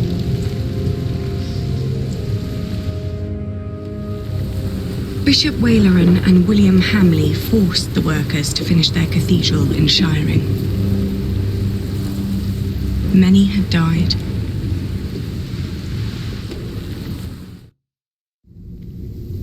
The work on our own cathedral had almost come to a halt. 4 weeks the storm had raged on. It was then that our cathedral gave up its last secret.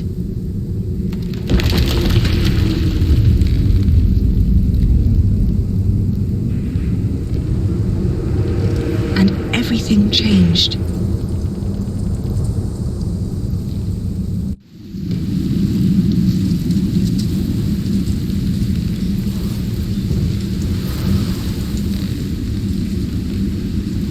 Tom!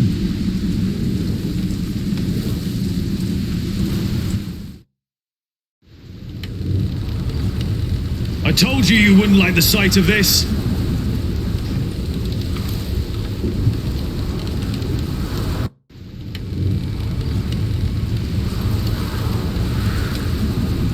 It looks bad. But it's not the wall I'm worried about. It's good you sent the workers home during the storm. Now do us all a favour and do the same. Go home. Your children hardly get to see you. Tommy and Sally have been asking about you all morning.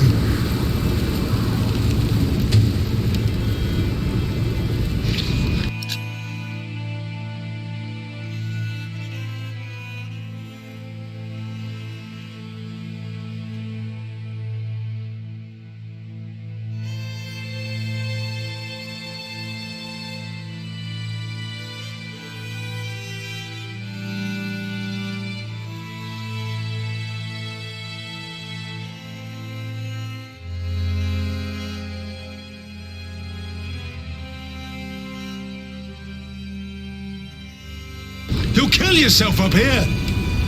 That crack down there must have been due to the storm. If the storm works, I work. My cathedral was never designed to be this high. I know! I reinforced the walls. It cannot be the height. What else was damaged? I'd look myself, but I dare not come closer. If your mother knew I was up here at all, she'd kill me. Both of us. What? She would kill both of us!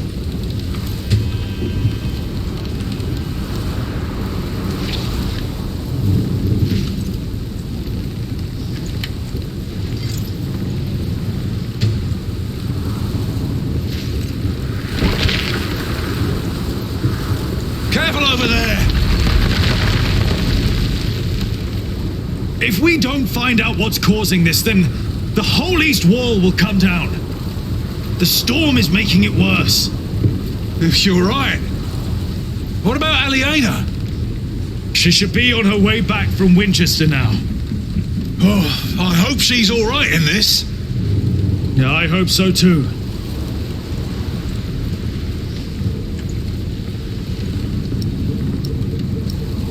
If I make it worse, then we'll at least know what the problem is. You're probably right.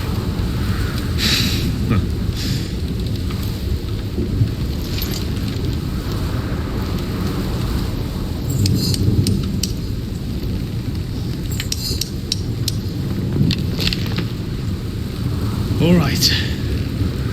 One more time.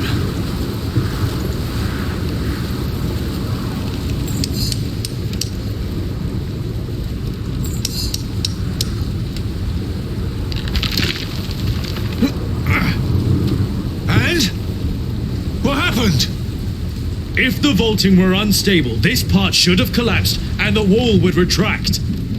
So, the cause of our problem is not up here? No. When we erected the eastern wall 17 years ago, there was also a crack. No matter what we did, it always came back. Remember? Yes. Yeah, I remember. But this is not the same wall. We rebuilt it. Still, could the cause not have been the same in both cases? Maybe.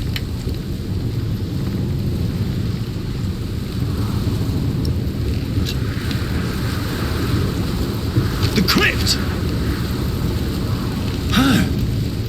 How kept the whole foundation there as it was? But it never had to carry this much weight before. You're right. If the cause of our problem is down there, we'll find it. You go ahead. Don't you need help? I'll manage. Just don't tell your mother. Are you sure? Go on. I know you can't wait to get down there. Neither can you. I'll just take a quick look and wait for you.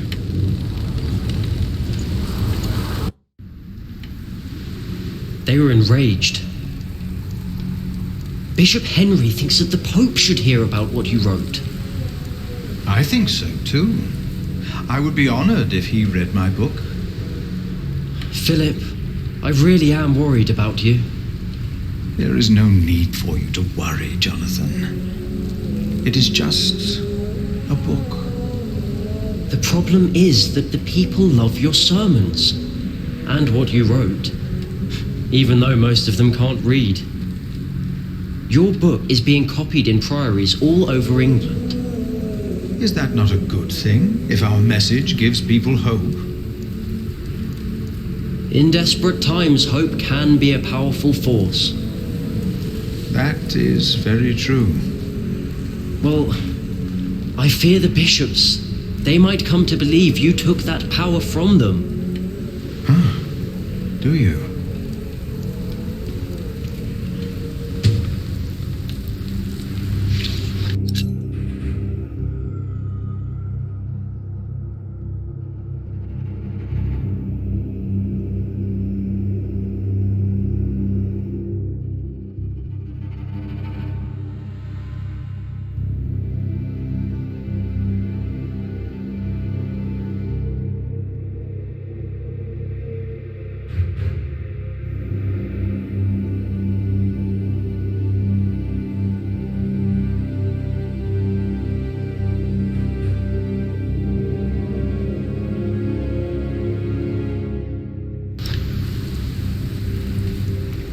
Jack! Have you been atop the cathedral during the storm? Don't worry, Philip. The storm isn't as bad up there. Jonathan, did you and the others come directly from Winchester? Yes, we did. What about Aliena? She stayed a day longer for the fleece fair. She should be on her way back now. In this storm? We didn't expect it to get worse. No one did. I am sure she'll be all right. I need to go. I think I know why the east wall is unstable. Yes? Why is that? I'm not sure, but I think the answer lies down in the crypt. I should hurry before it's too late.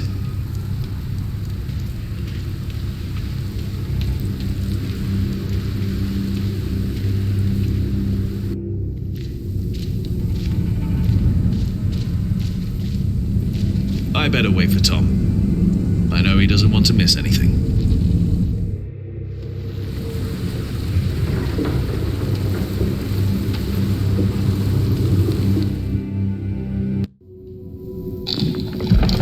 Now it's down here too.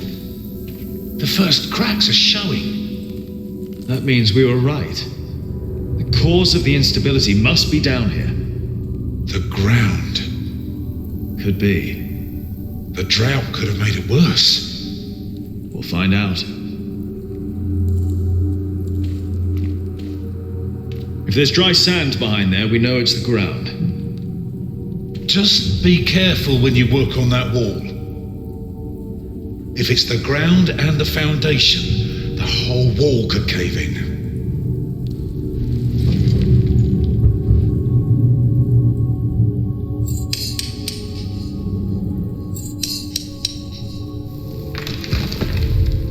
Here we go.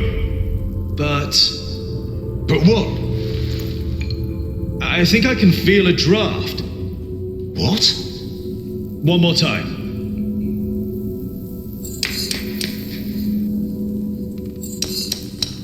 Jack, watch out! It's all right. What is it?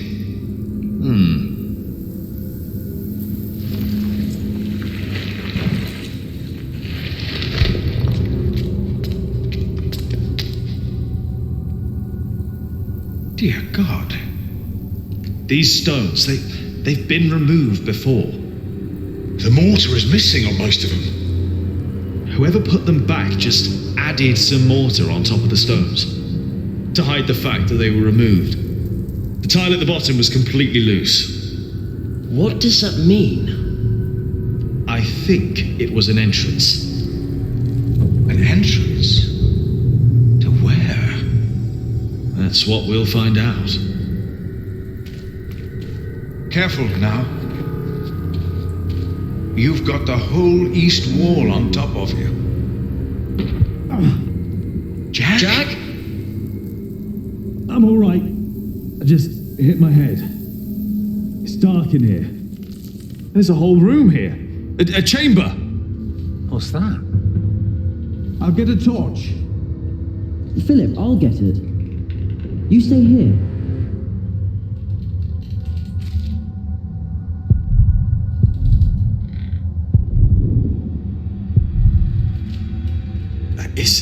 Is that a coffin? Oh, there's sand everywhere. Huh? It's a bed. What?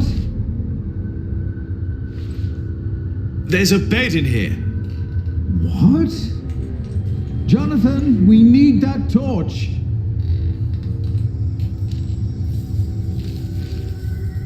It's made of leather.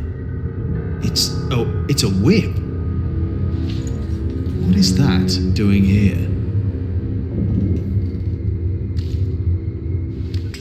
That's not wood. It's metal. Gold, even. I have the torch. All right, come in here. Should be safe. Yes.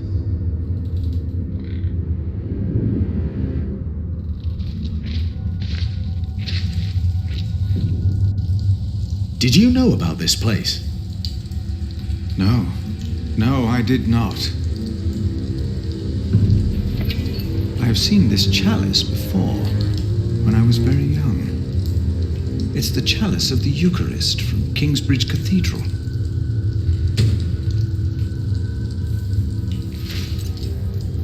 Cuthbert told me about it. They said it was stolen. And melted down, I know. Mother told me. They also said it was my father who did it. Did they? So he's innocent then? He must be. And whoever hid the chalice is responsible for his death. They hanged him in Shiring for stealing this chalice. But it was here all along. That scourge, the whip. It belonged to Prior James. I was afraid of it when I first visited Kingsbridge with Francis and Abbot Peter. Even the look of it scared me. James. Maybe it was him. I think I saw him during the night of the fire in the cathedral. When the old cathedral burned down, there was a man in the fire. His shoulders were bloody, as if he had chastised himself. It is you! By God and the devil! He told me that he had sinned, that he had done something to me. Perhaps because I looked like my father. So he confessed for framing your father while he hid the cup here? But it couldn't have been James you saw. James died weeks before the fire. Did he? You said they never found his body. Maybe he hid down here. Maybe that's why the bed's here. Wait. Jack, you were in the burning cathedral. What were you doing there?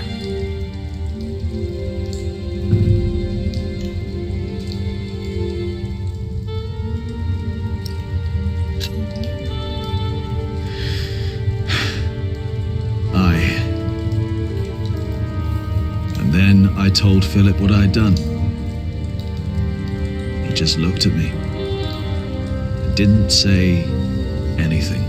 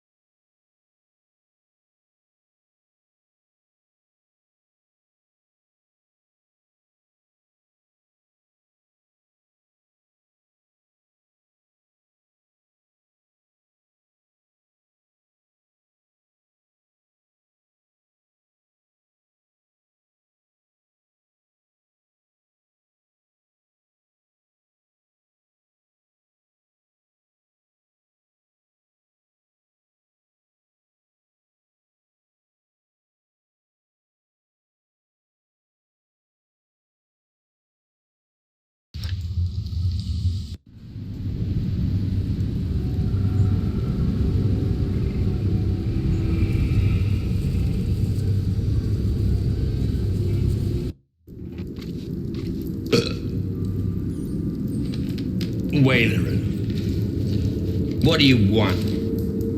Do you think it is wise to resign yourself to gluttony at times like these, while your people starve on the streets of Shiring? Don't play the saint. You promise them miracles, and you make them pay. But your miracles never work out, do they?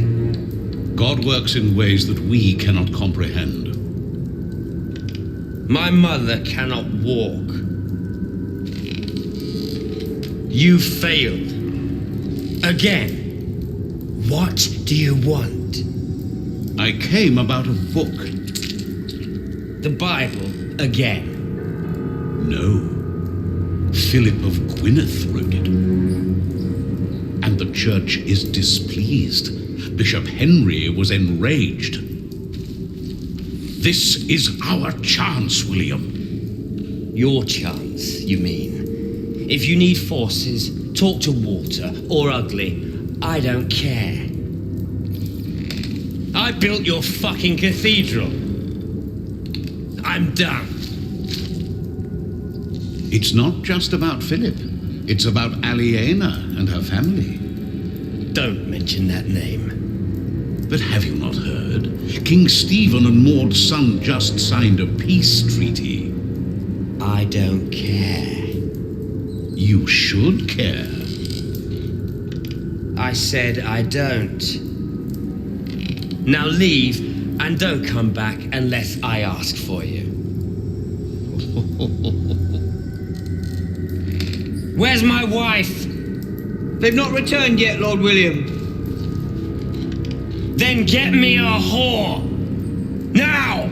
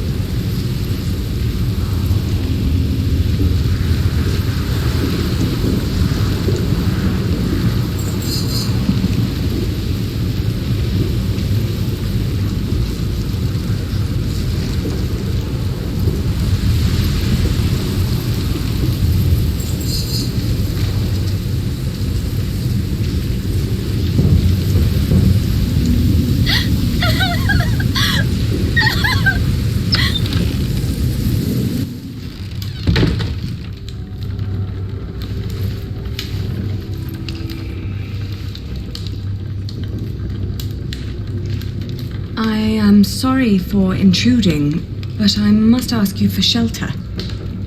I was on my way from the Fleece Fair in Winchester to Kingsbridge and got caught in the storm. Nasty, isn't it? Yes. And it's getting worse and worse.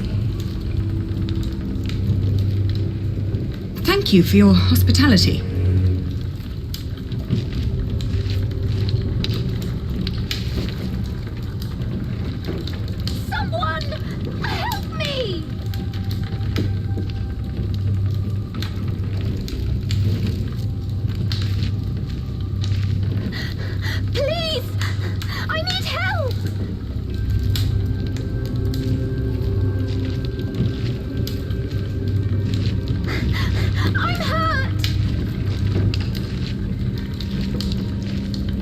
Excuse me, haven't you heard it too?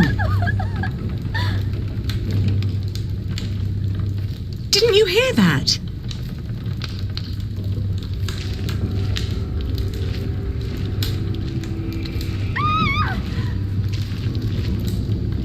Anyone want to go and see what that was? I'm out here! Don't you hear it?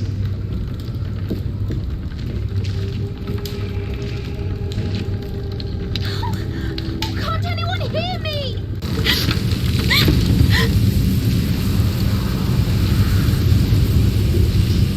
Hello?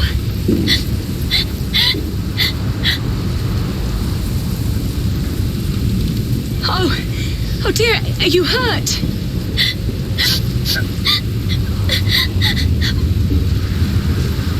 My horse! It fell! I can't move! Take my hand! We'll get you inside!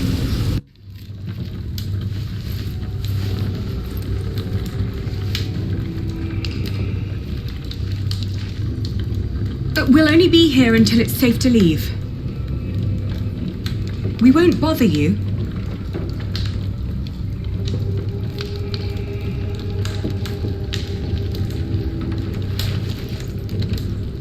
I'm Aliena. What's your name? Elizabeth.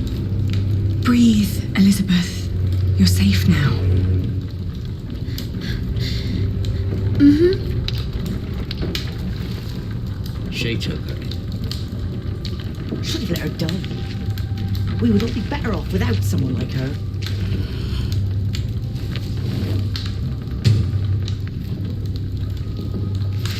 Hey, what are you going to do with that? I'm just going to borrow it. Let's try to get along until the storm passes.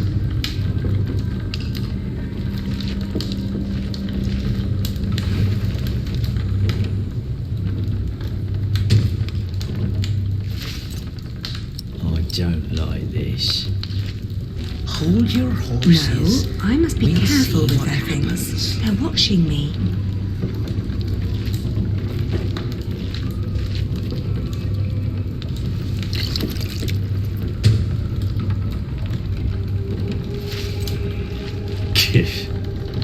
We don't have much, but always enough for a lost soul.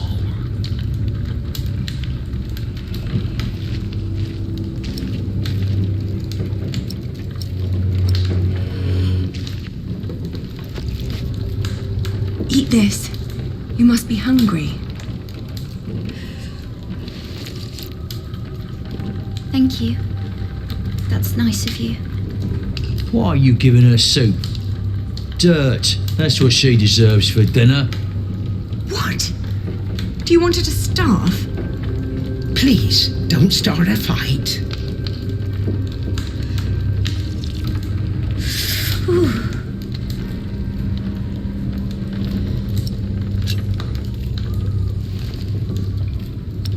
What's she doing now? I don't know. I think she's freezing. Maybe we should be kinder to her. Thank you. Hey, that's our blanket. Can't you see she's freezing? It's all right. It's just a blanket. Oh, you're so kind. Many people would have let me die. People don't listen to me.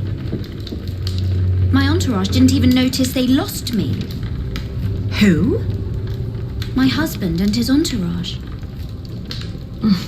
A fine husband you have. I divorced my last one for less than that. Divorced?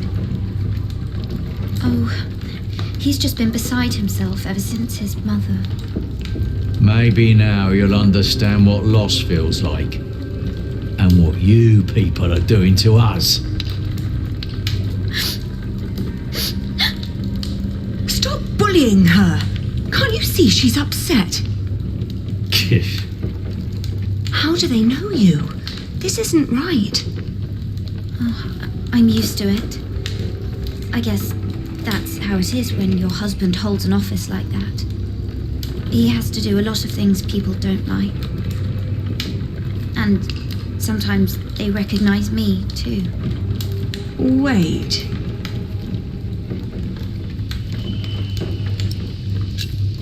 Is your husband the Earl of Shiring? I I thought you knew. William Hamley. Oh, please don't abandon me too. I swear, I'm not... I can't...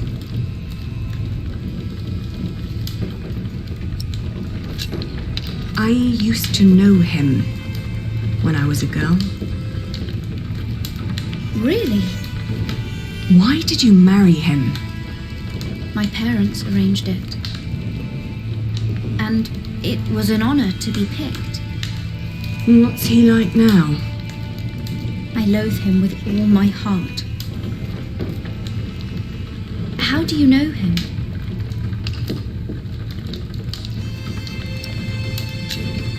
He wanted to marry me when I was your age.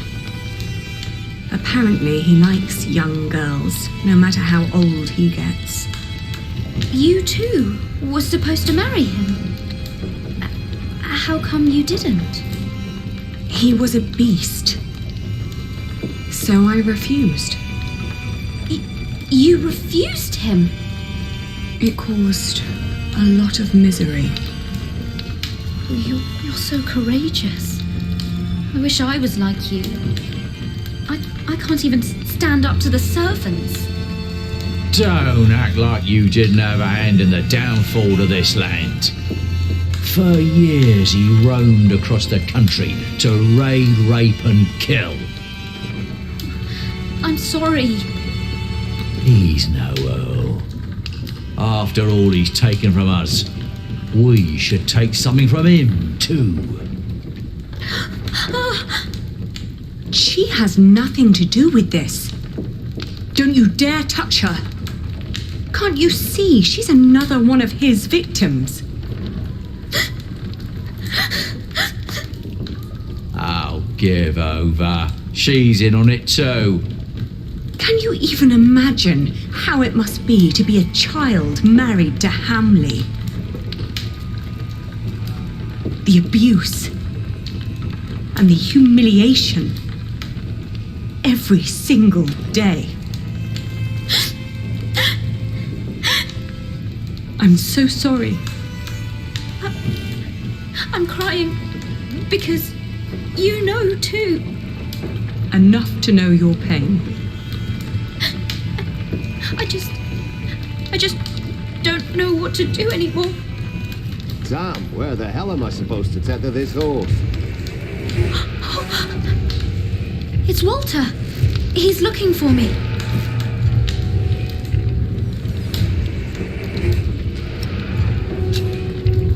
Quick, take this.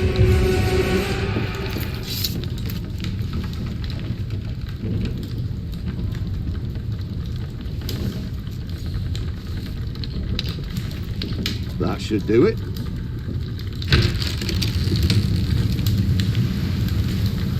Walter. You? I've not seen you in a long time. William would be very pleased if I brought him your head. No! Don't harm her. If it wasn't for her, I'd be dead. She saved me from the storm. Did she now? Come on, we have to get back to the castle. We've lost too much time already.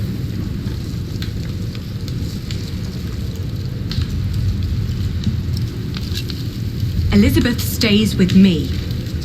No, she doesn't. Thank you for saving me and protecting me from these people.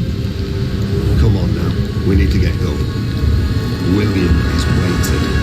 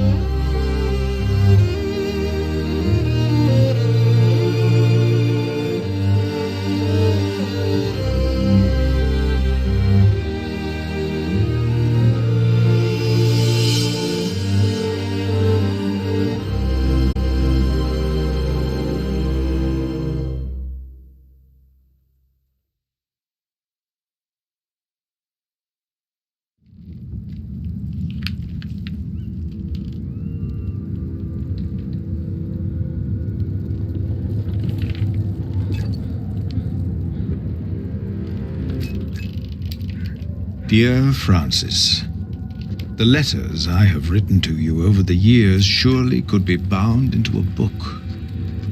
But only you know what my words in those letters amount to. It is different with the book I have written. It has found its way into priories throughout England and beyond. Because of my book, I may have to talk to Bishop Henry. But that is not the only thing that keeps me awake tonight.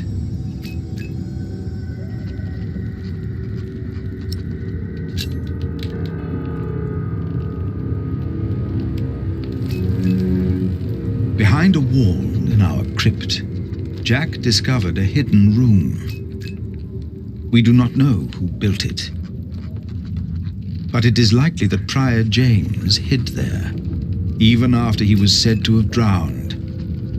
That means he was alive when we met in Kingsbridge on New Year's Day, the day of his burial. And Jack told me he saw a man in the church the night it burned down. Was that him? And if so, did he burn in the fire that night?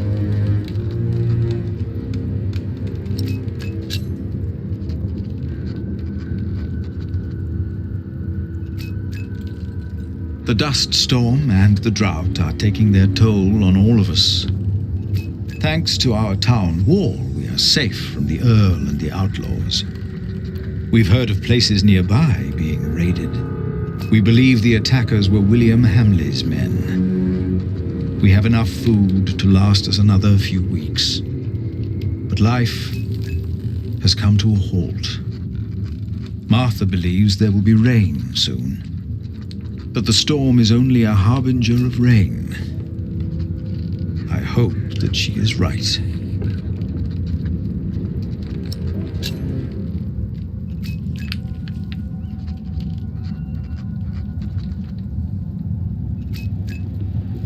Jonathan worries about my book, The Divine Soul. In Winchester, he heard that Bishop Henry was less than pleased by what I had written. I am not naive enough to pretend I do not know why. I wrote that hope is godly, and since God made each of us, hope and salvation are only to be found within ourselves. Henry sells hope, and I am giving it away for free. If the church should ask me to clarify my position, of course I shall do so. But I feel I must give our people what they need in these desperate times. And how could I write anything else if this is what I truly believe?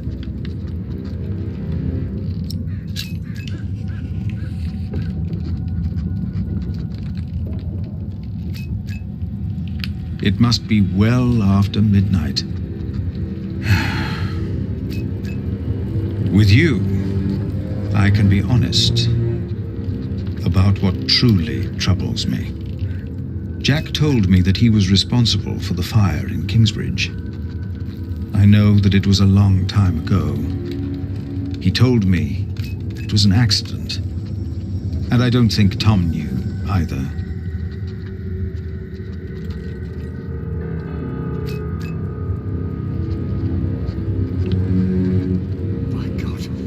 Save yourselves! The saint! We must save the saint! Fire! The whole roof is in flames! My God! Don't go in there! Adolphus! The saint! We must save him! No! Don't go! And as horrible as it may sound, I cannot find it in my heart just now to forgive Jack. Maybe because this confession comes too late, and from a man who I have learned to trust. This is the truth.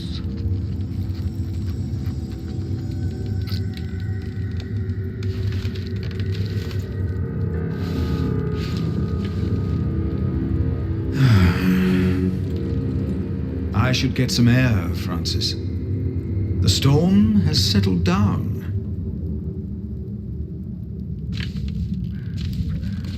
I know them by heart, but Jonathan insisted we keep them.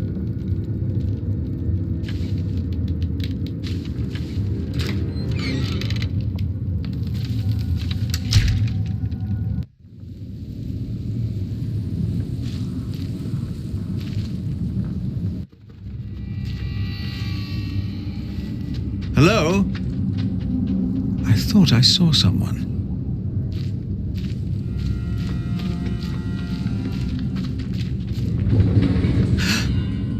That came from the kitchen.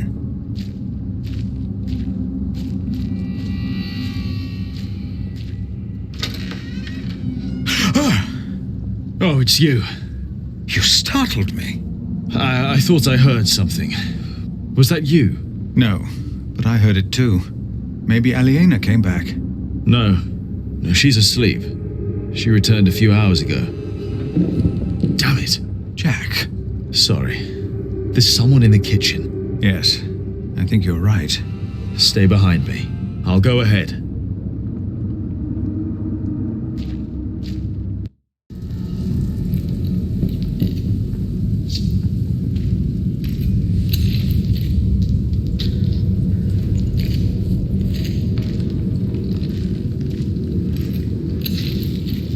There's someone in here.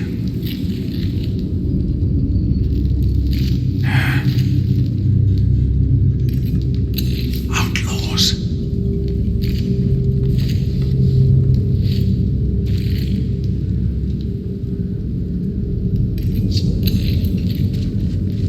They are probably just after food. I will talk to them. All right.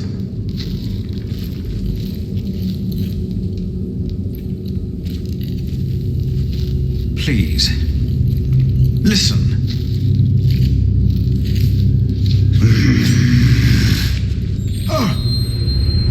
We don't mean you harm. Philip, be careful! Damn it. Philip, throw me a stone.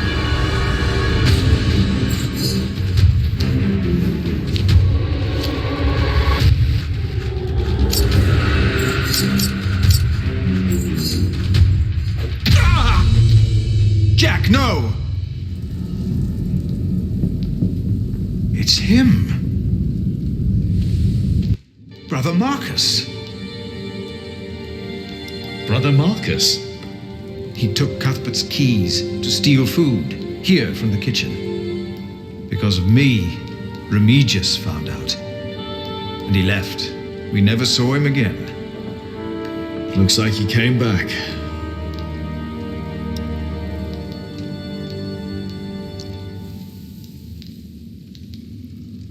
You didn't mean for this to happen.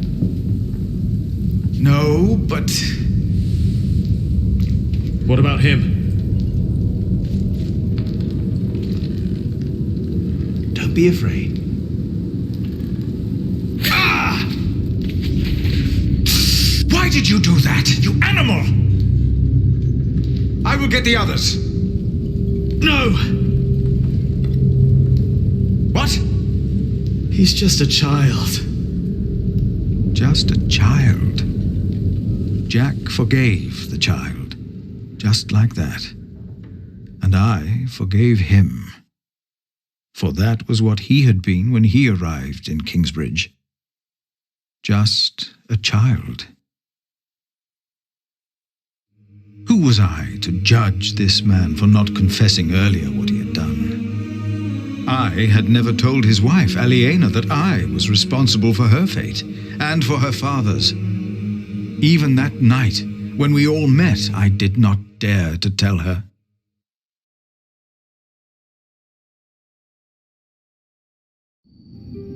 The walls of Kingsbridge weren't enough anymore. The outlaws had found a way in. We weren't safe in our homes.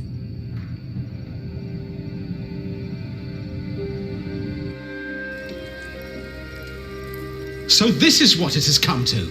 Kingsbridge is under attack. Why didn't Uncle Richard chase them away? Why? Now, do not exaggerate. This is not a siege. We only saw 2 of them, and one of them was a child. But they almost killed you.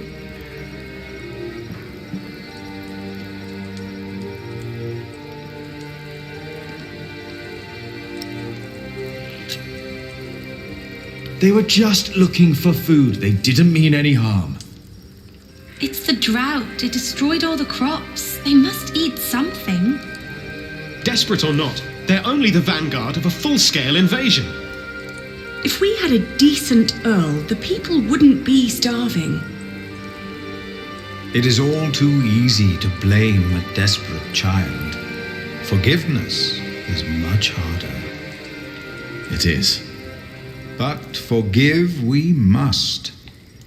Can you? Forgive, I mean. I already have. Hamley is the reason for this. He's to blame. It's that simple. Well, he won't be Earl for long. The Treaty of Wallingford has been signed at last. It's only a matter of time until things change. What treaty?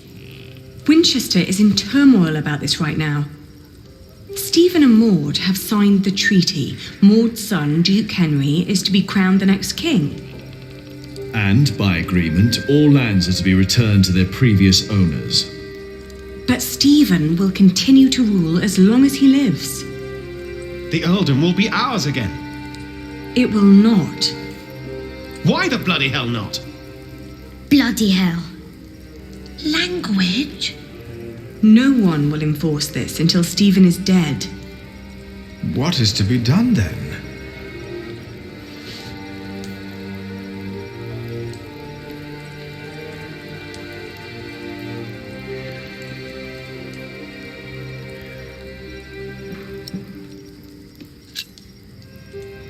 Well, for one thing, we shouldn't start blaming the outlaws.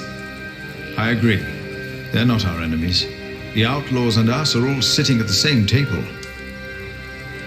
There were times when you monks wouldn't even offer us a chair. So what do we do now? Wait for William to lose the earldom once King Stephen is dead? Well, if they're hungry, can't we just give them something to eat? I'll share. We should, and we will. But there are too many to feed them all. We must do something. Well, I cannot sit quietly and wait until Stephen dies of old age. The Treaty of Wallingford is in place. I won't wait for another 17 years. Not when I'm so close to fulfilling the promise I made to my father. You're right, but it wasn't William Hamley who came here last night. It's the outlaws we need to worry about. Well, what do we do about it?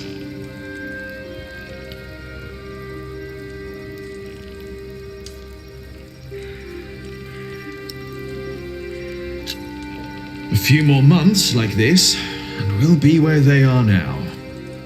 We should support them, not fight them. You are right, of course. But how can we help? We could provide weapons for them to fight Hamley. To fight him? You mean to pillage and plunder? That'd be more likely. What about his mother? I've heard that Hamley still listens to her, that she still has a say in Earl's Castle. Yes, let's tell his mother.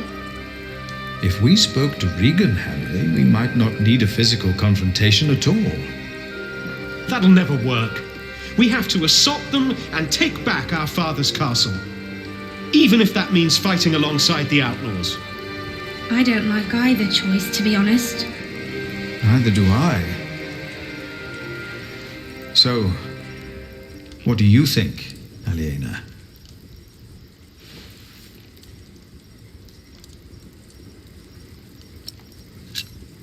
I will talk to the outlaws. Maybe we can find someone who can speak on their behalf. And if there's no one, then we will. I'll ride with you. You won't, Cub. Not with that leg of yours. Your mother is right. Besides, if we all turn up, they might think we mean them harm.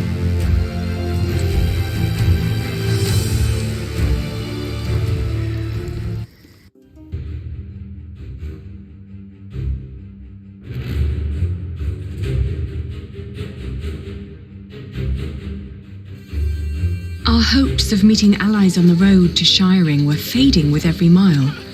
The only people we saw were sitting by the side of the road, broken and starving. Shiring was riddled with death and despair. I'd heard that Wigley had just been raided by outlaws, leaving them almost entirely without cattle. Maybe someone there knew where the raiders had come from.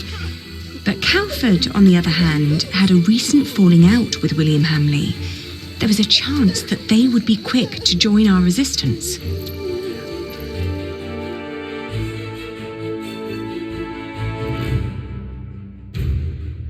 We entered the village. There was a weary young man trying to repair a roof. He pointed toward a ruined mill. Hamley's Mill, he called it, which used to have the right to grind all grain from the nearby villages. That was until a few days ago. Hamley had come to collect his share and, due to the famine, was met with empty coffers. Enraged, he'd killed the miller and had taken every last bag of flour belonging to the starving people of Calford. Many had fled into the forest, desperate for their lives.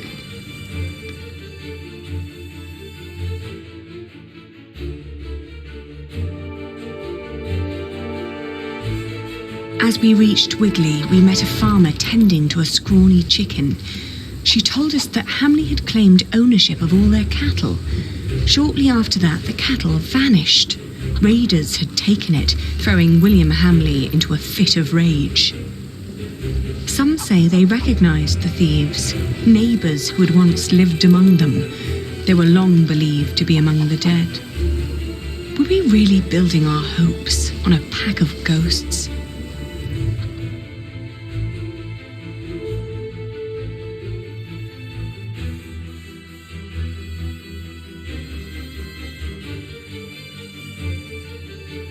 The fields of Huntly spurred fond memories. Here I'd negotiated my first deal to transport and sell the farmer's wool. Now the meadows had turned to straw and the sheep were dead. Soon we reached Uncle Simon's abandoned hut. Our horses needed rest, so we wanted to leave them there while we looked around on foot. Then I remembered how Richard had been kicked by the man William had paid to catch us, and the horrible sounds he'd made lying there. Inside the hut, I was startled by a hunched figure hiding in a corner, nibbling on a lump of bread. Upon seeing us, the creature's eyes widened, like those of a frightened animal. I asked him where he got bread in times like these. Was it stolen? No, I got it from the butcher. The people at Sally's quarry told me to ask the butcher, he blurted out, startled by his own voice. Mistaking our interest for greed, he wolfed down the rest of the bread. Before we could ask more, the frightened man jumped up and fled into the forest. The butcher, was he the one we were looking for? A leader whom the downtrodden trusted and feared? Maybe we could find him at the quarry the man had mentioned.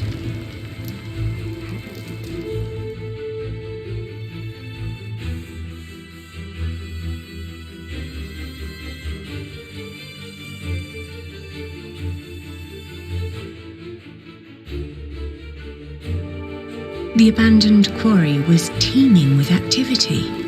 Many poor souls were gathering around a fireplace, boiling a stew from meat and turnips.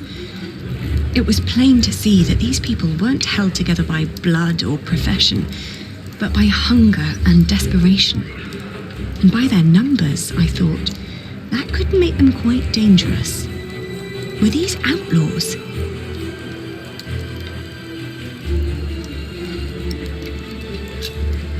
We walked slowly towards them. I sensed that Richard was ready to draw his sword. The first one to notice us was a little girl. Swiftly pointing a finger at us, "Who are they?" she asked the others. All eyes darted towards us. Their reactions were as varied as their faces. Some looked afraid, curious, and confused. Others were full of hatred and contempt. "We're not here to hurt you," I explained. "We just want to talk." "Where can I find the butcher?" I asked. Their faces expressed anger and fear. I explained that we were looking for food. They told us that the butcher was still in Monksfield, but that meat would come every couple of days. I said that wouldn't be a problem, not knowing what they meant. It looked like our path would lead us back to Monksfield.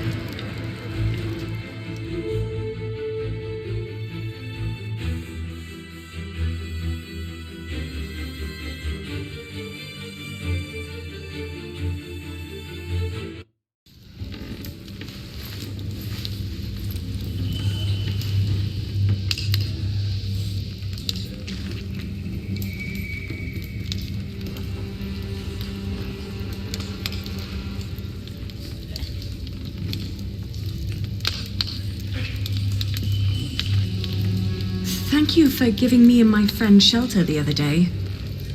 Weather's fine now, so what do you want this time?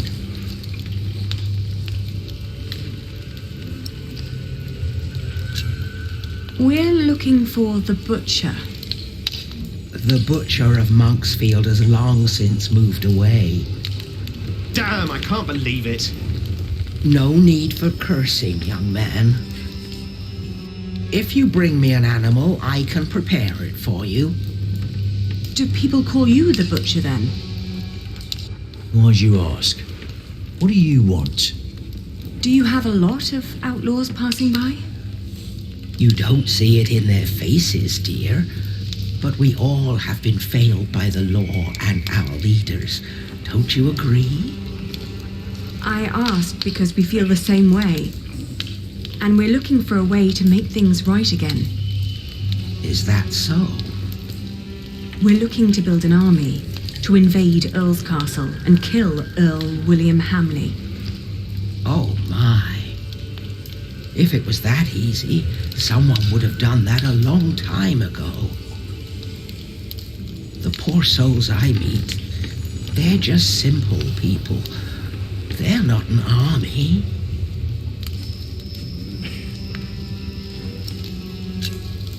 We would lead them. I'm a knight. I know how to turn ordinary men into fighters. In their condition, most of them can barely kill a chicken, let alone a man. These people are mothers, fathers, hard workers, yes, but they are not soldiers. We'd reward them if they helped us. You must know we are the rightful heirs to Earl Bartholomew of Shiring, and would show ourselves very generous. So, you're just another pair of nobles who want to use us as pawns in their battle, to die for you. It is the best chance we have. This is a battle for the sake of the people of Shiring, for all of us. It's rubbish. It's what it is. We are offering you a chance to rid the land of Hamley, to fight for your freedom. The last time I saw you, you showed kindness toward that young woman who was with you. I am willing to listen to a good soul, but I won't help you blindly. That woman that was here, that you helped, that was Hamley's wife. His wife, my God. How stupid do you think we are? Right, it's a trap. Well, how can these people put their life at risk if they do not trust you? You are not like us. Yeah.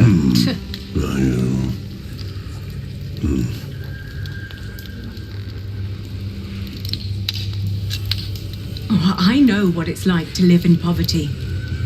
And just like you, we had William Hamley to thank for it. But I also know that if one fights the right battles, that things can change for the better. But they're starving, my child. They are weakened by poverty, hunger, and illness. Who are you to think you can face William Hamley? Yeah. You! Who do you think you are?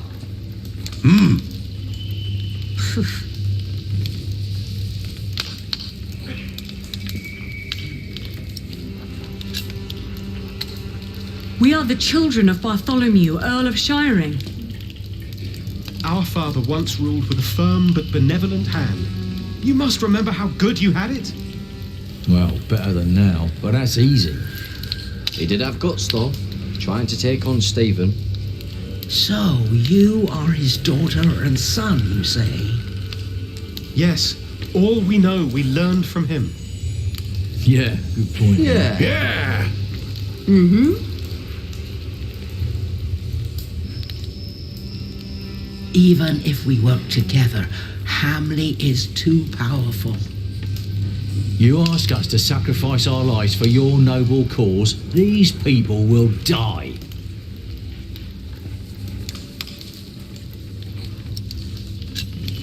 We already have Kingsbridge on our side, including the bright mind of Prior Philip. Oh, Philip of Kingsbridge. I have heard of him. A wise man, yes. He took in the survivors of Hamley's raid of Earl's Castle. Yes, and I was one of them. He wouldn't let anybody go into certain death. Their plan must be a good plan. Yeah. Yeah. She does. Yeah. I said it before. We all have lost everything except for our lives. We don't fight other people's battles. But maybe this is our battle too. My people will decide for themselves. But I will tell them that I believe that it is indeed a battle worth fighting. I thank you. I pray that it will be worth it. We will all pray, and then we fight.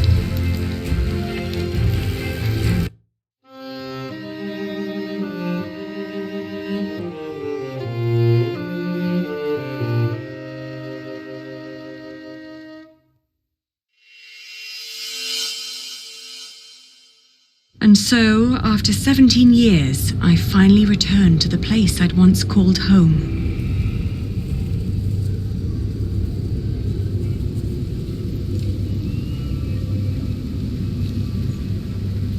There was a small army of famished outlaws hiding in the surrounding woods, waiting for my signal to attack. Led by my vengeful brother, Richard.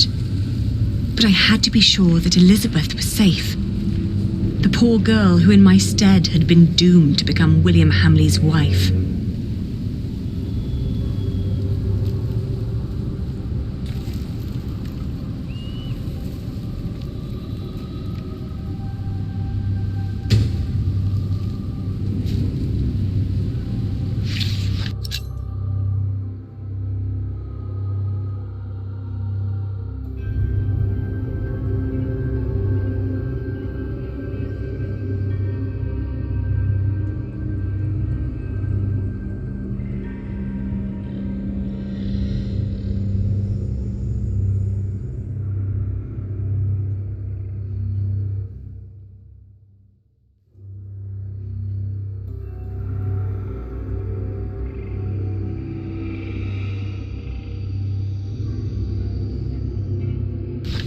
Get in line and stay in line.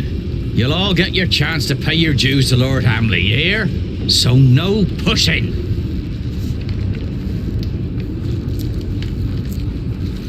Is Lady Elizabeth home? She is, and will be indefinitely. Don't want her to get lost in another storm. Why does Lord Hamley need all that food? He's got more than enough. Calm yourself. I'll make sure that nothing will happen to you. They took a woman in my town. She never came back. Nothing will happen to you if you just remain calm. Are you all right? What do you think? Of course I'm all right. I'm more all right than anyone else in this crowd. Just because Lord Hamley insists on women to deliver the tributes, don't mean you have to send your youngest and prettiest. Fools.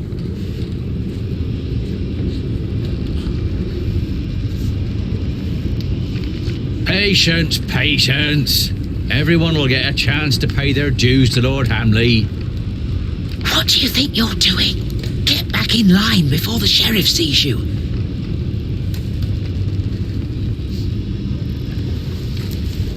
I'm just a shepherd's daughter. I have no business here. Shut up! Bloody beggars.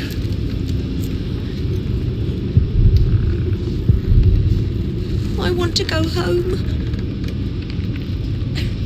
Oi, you there. Yes, I meant you. That's a pretty face you got there. You're coming with me. What? Leave her. Take me instead.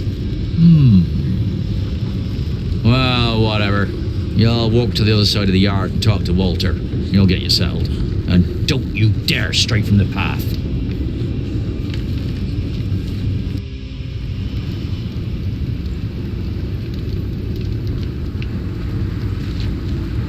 They say Lord Hamley might lose shine soon. What if the next Earl has us all hanged? Calm down. None of these royals really care about this shithole. I know those two. They used to fight for father. May I interrupt? What is it? How can you fight for someone like William Hamley? My father was nothing like that tyrant.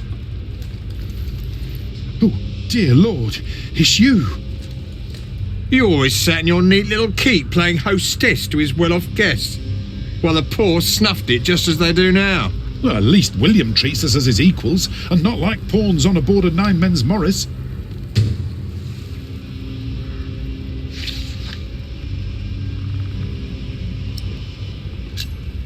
Was my father really that bad? Your mother could have answered that question. He once told me that she was very unhappy when she died. And you never wondered why? I'm looking for Lady Elizabeth Hamley. She's caring for Lady Regan inside the keep. But only Lord William and Walter are allowed to go there. And they'll kill you if they find you there. So you won't help me? We've already helped you more than enough by not ratting you out. My father was a good earl. Keep on telling yourself that. But that's not our story. Many knights fighting for him were former outlaws who had nowhere to go anymore. Your father may have given us food and shelter, but it was no better than what you'd give to livestock. Don't tell anyone that you saw me. We won't, if you promise to leave now.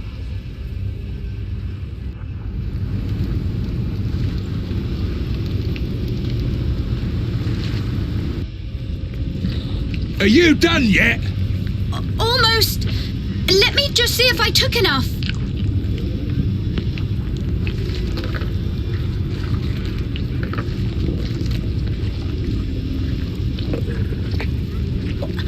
What are you doing here?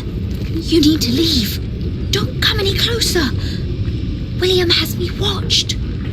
What's taking so long?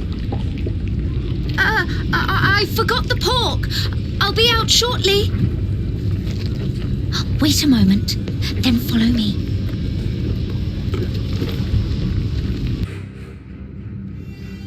We don't have much time. Hugh will look for me any moment now. So why did you come?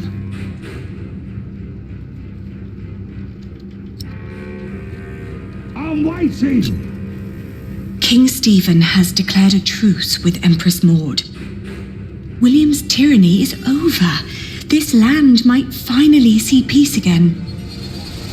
That's why I'm here, to talk to his mother. But if we can't agree upon terms, I'm afraid we will have to take Earl's Castle by force. There's an army of outlaws hiding in the woods waiting for my signal. Will people die?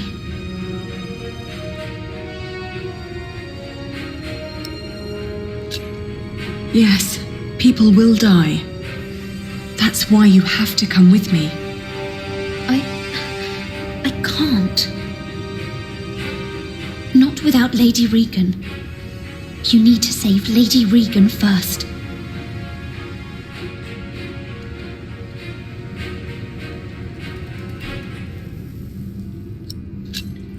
I can try, but I can't promise.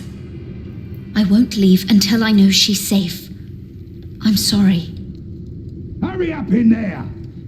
Or do you want me to come in and pull you out? I need to go. Maybe Walter can take you to Lady Regan. Walter? William's dog? Don't call him that. He's not as bad as people say he is. William won't allow me to talk to him anymore. Now Lady Regan is all I have left. Please, please be careful. I will.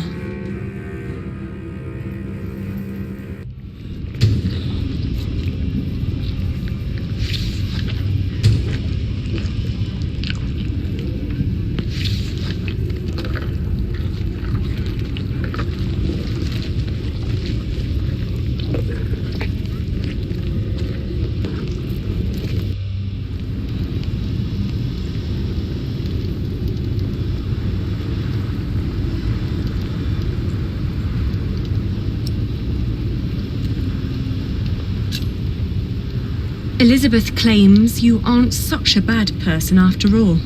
Am I not?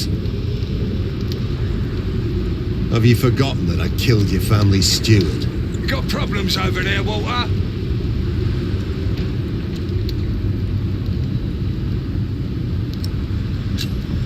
I would be a better ruler than my father. I know my father wasn't always a good and just person. He killed, just as William does. But I would fight to be better. I would listen to the needs of this land's people. What are you saying?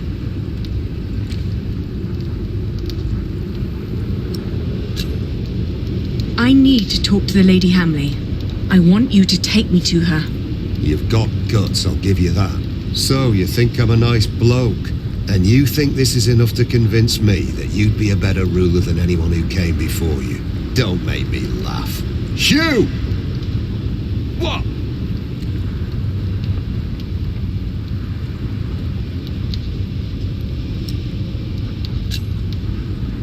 If you let me go, I promise I will end William Hamley's reign. I don't believe you. But it's not up to me to judge these things. I'll take you to Lady Hamley. She'll decide.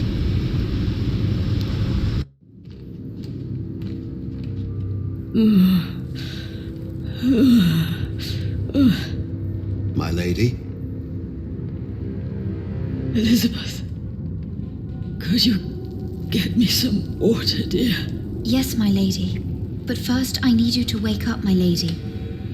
There is someone who wants to see you. It's the Lady Aliena. The Lady Aliena? When did that bitch become nobility again?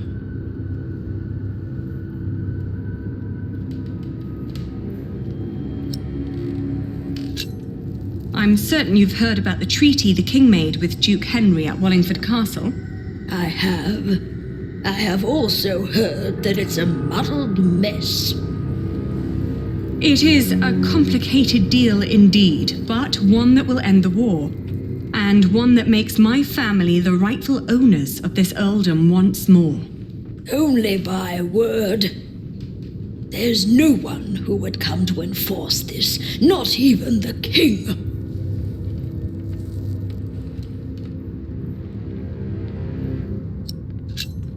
You need to understand that there is great anger among the peasants of Shiring. Anger against your son, against you, even against that poor woman, Elizabeth. If your son doesn't step down, the people will take their land back by force. That's a lie. My William is a better earl than your father ever was. To think that I once wanted to marry my good William into a family like yours. Not a day goes by when I am not glad that God saved us from that horrible fate. And that he sent that monk to Bishop Waleran to unveil your father's evil plan. What monk? That prior of Kingsbridge. Philip of Gwynedd. What? Please, my lady, you need to hear her out. Oh, my dear Elizabeth, don't you see what she is trying to do to us?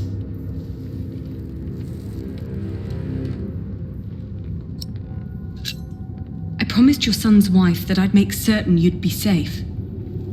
Safe from what? From a pack of impotent monks. My lady. The Lady Aliena came here to make things better. She has only ever made things worse. She mocked my son for wanting to marry her. She had every right to deny him. What? How can you say that? He is your husband. He's good to you. If it wasn't for Walter, I'm sure William would have killed me already.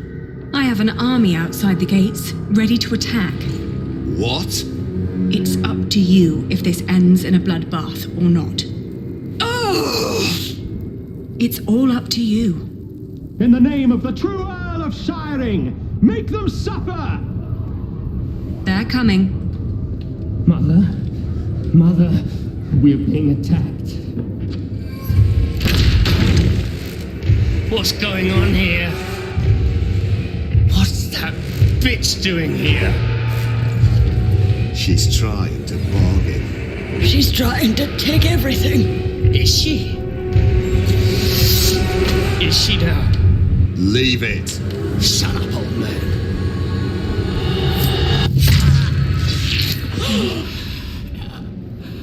Cut that whore up, Walter! No. You brought this on yourself. You bloody traitor! Someone get up here! Men! You will pay. You will all pay for this.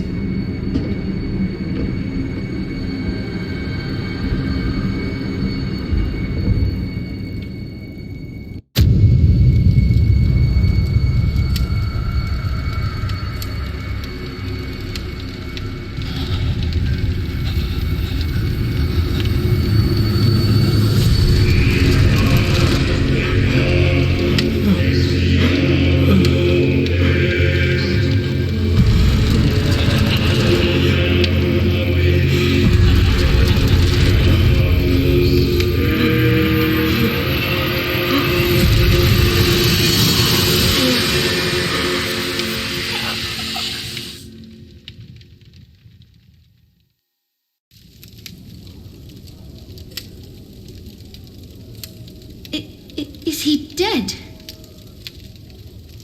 He is. William Hamley is dead. What now? Now we tell his men.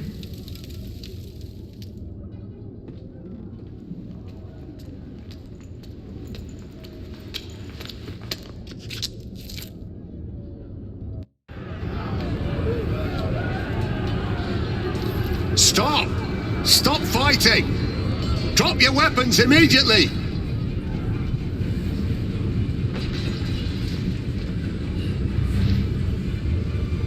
Behold the banner of the new Earl of Shiring!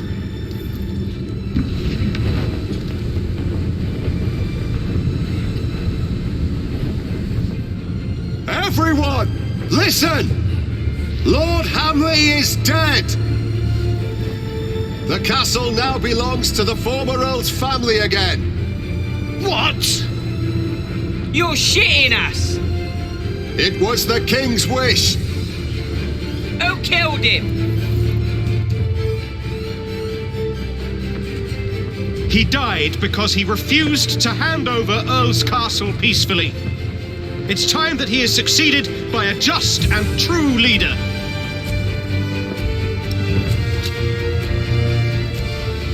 He died by my hand. My name is Lady Aliena of Shiring. I'm the daughter of Bartholomew, the former Earl of these lands. I've been tasked to end the tyranny of William Hamley and restore order to Shiring. Our occupation of Shiring has been made unlawful. Every attack on us is sanctioned by the King of the English.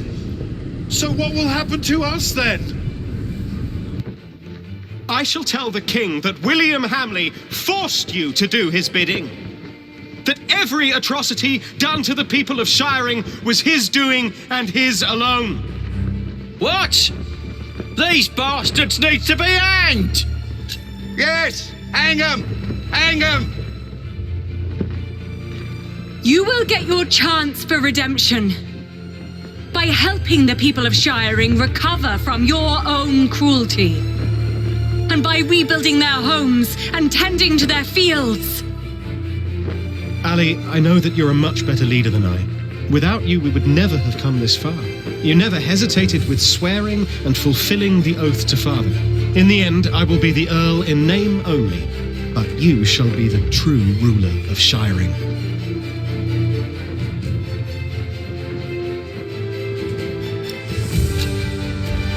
Richard, thank you. I owe you a lot, Ali. The tyranny of William Hamley is over! The earldom of Shiring belongs to its rightful heir!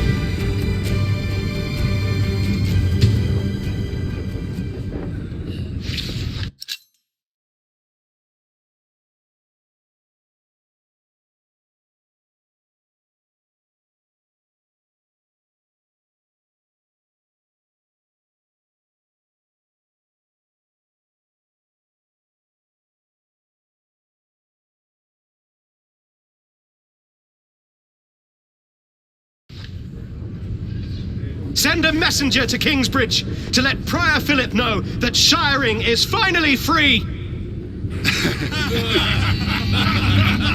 What is it? Why are they laughing? You can send a messenger if you want, but there won't be much of a prior left when he arrives. Ali, what's going on?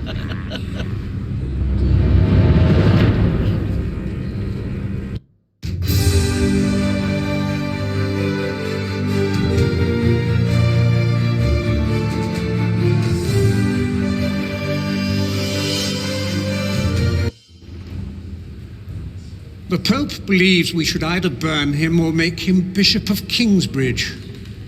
I have already taken matters into my own hands. My men arrested him while Kingsbridge was left unguarded. While his friends took Earl's Castle? Yes. At least in his death, William Hamley was of use to you.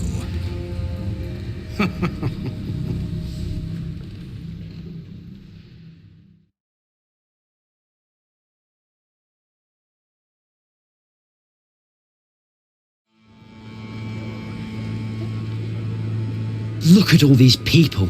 It seems like they're enjoying themselves. They never change. You drooling dogs should be ashamed. Shut up, you old hag. Ellen? I'm not feeling well. I'll take care of you. You two go ahead. Hurry up. Is your mother ill? It's not that. This is where they hanged my father.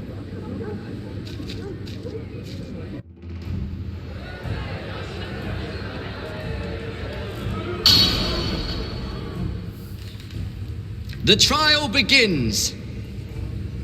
The judges: brother of Stephen, King of the English, the Right Reverend Bishop Henry of Winchester, Her Highness, the Countess Lady Aliena of Shiring.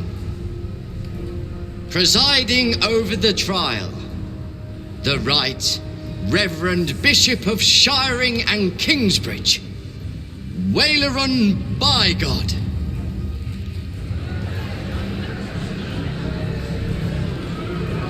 Please.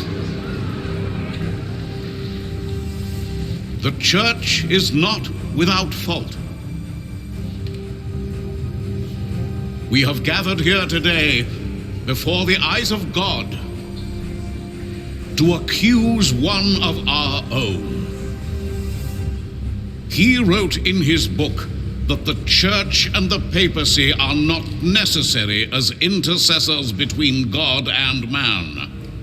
That God is in man, that all men are equal, and that each sinner is as close to our Lord as the Pope himself.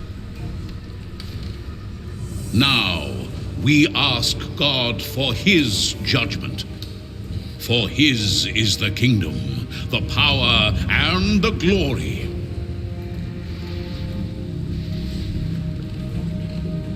Not ours,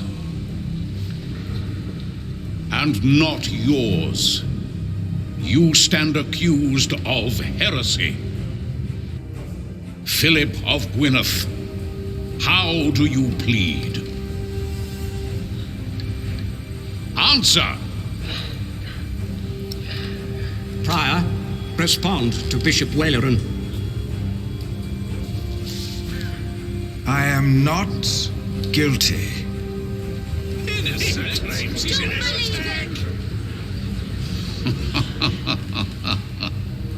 Your teachings speak another language. Guilty, I say. I am deeply saddened. It may come as a surprise to you, but we had hoped to make you Bishop of Kingsbridge. Why has it come to this, Philip? In part, I am to blame. I supported Philip in his early years. I demand that Philip be removed from his position of prior immediately. No. And that he remain in captivity until such time that Shiring and all of England have healed from the poisonous words he has dispersed. No! What? Yes?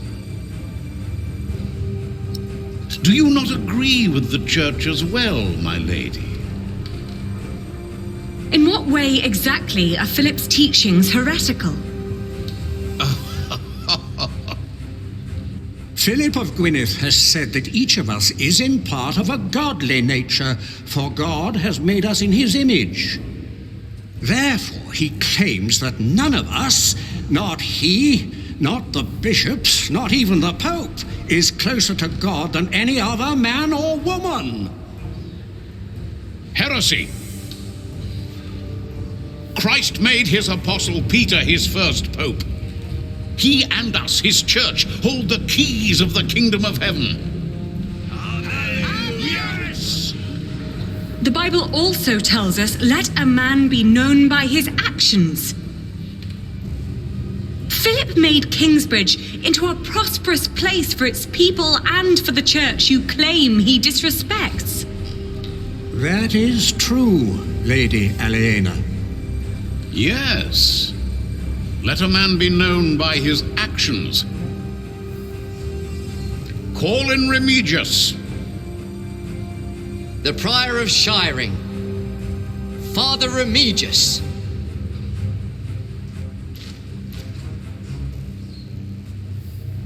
My bishop. Tell the court, Remigius, what you have told me. For many years, I served as sub-prior of Kingsbridge. First for Prior James, then for the accused. What was your first impression of him? I was impressed initially by how he handled the discussions in the chapter house. What else? Prior Philip did not hesitate to give refuge to the people fleeing Earl's Castle in the winter that our king died.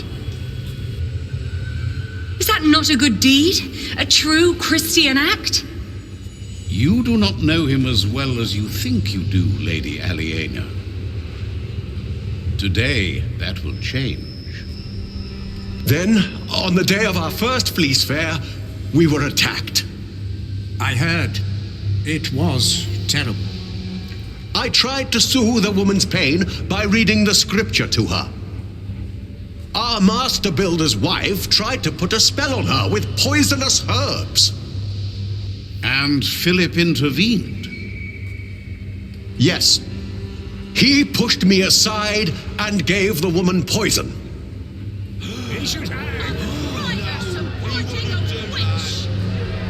It is worse than I thought. It was no poison. And then there was the day the Virgin Mary's statue arrived in Kingsbridge. I did not believe it was a miracle.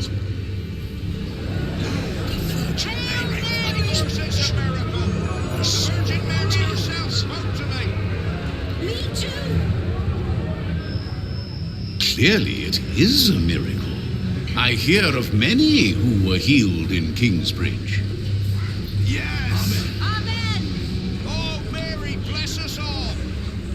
Well, I soon realized it was a true miracle, but But Philip did not. He was only after the money people donated at the Virgin Shrine. That is why I left. He had to. Amen. I believe there is one more thing you have not told us about. Something very important.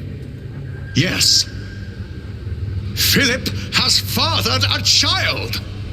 Unbelievable. I knew it. A son.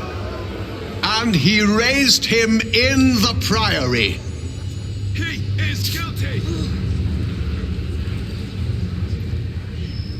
Jonathan of Kingsbridge, step forward.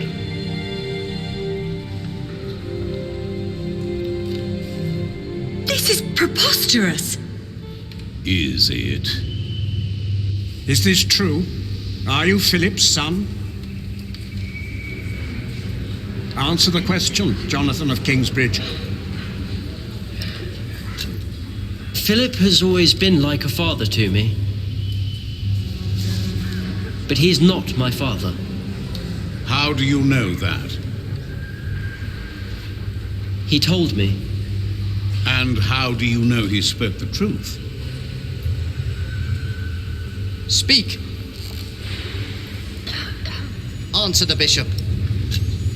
Of course he could be my father. But he's not. He told me that I was found in the woods. In the woods? Is this true, Philip? Or are you lying? Well, you told the story so many times. My brother found him. Your brother? The brother whose master you betrayed? What are you talking about? Philip tried to involve me in a conspiracy against his brother's master, Earl Robert of Gloucester. And his ally, Earl Bartholomew, your father, Lady Aliena. Philip took in all those refugees years ago because he was to blame for their fate, as he was for yours when you lost your father and your earldom. That, Lady Aliena, is the man you are trying to protect. Well,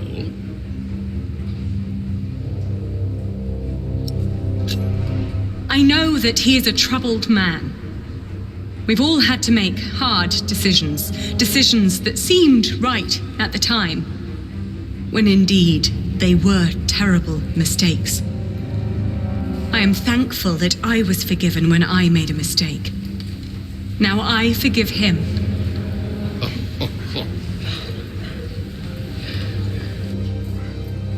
Let us now return to the problem at hand.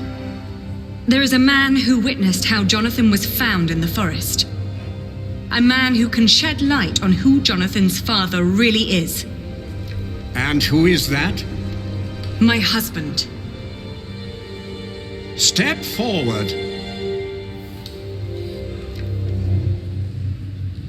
What is your name? He is the master builder of Kingsbridge. Is he now? Have you lost your courage? No, I have not. You know well why it would be hard for me to face you. They call me Jack, after my father. My name is Jack Jackson. Yes, we have met before. How old were you when you allegedly saw Jonathan as a child in the woods? 12. But I know what I saw. Philip told the truth.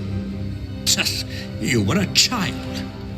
And what were you doing there, in the woods? I was living in the forest, with my mother. They were outlaws.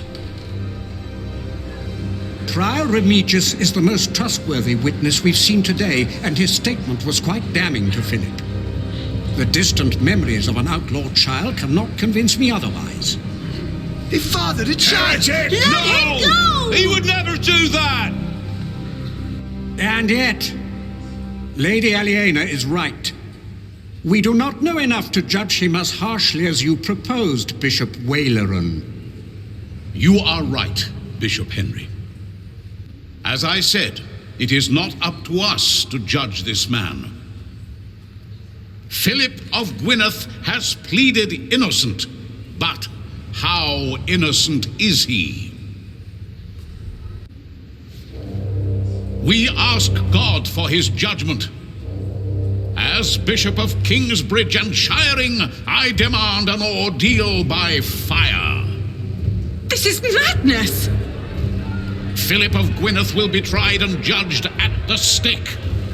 If he is innocent, God will save him from the flames.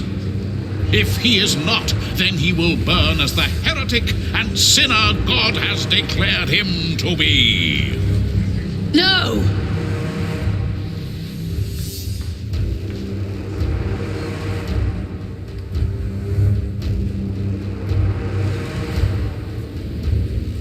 Waleran, by God! Not this time. It's her. I saw the child and Francis. I was there. Philip is not the child's father. He is a fool, but he is a good man. Then who is the father? It is me.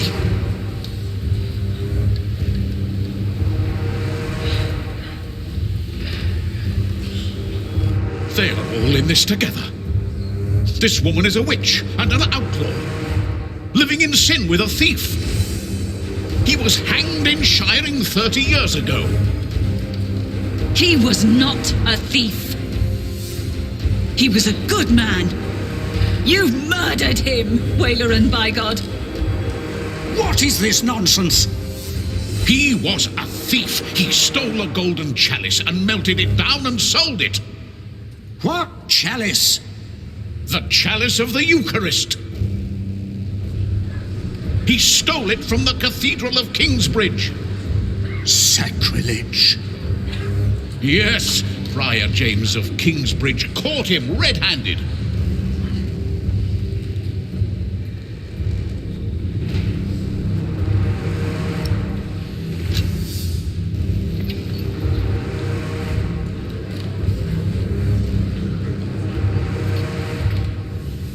Is that the chalice?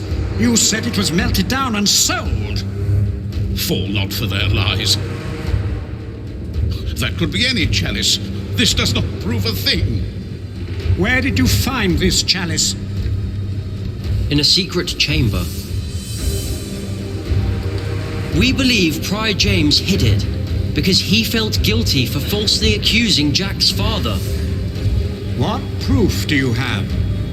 He told me. The night the cathedral burned down, I was there, I saw him. Friar James died weeks before that. No, he did not.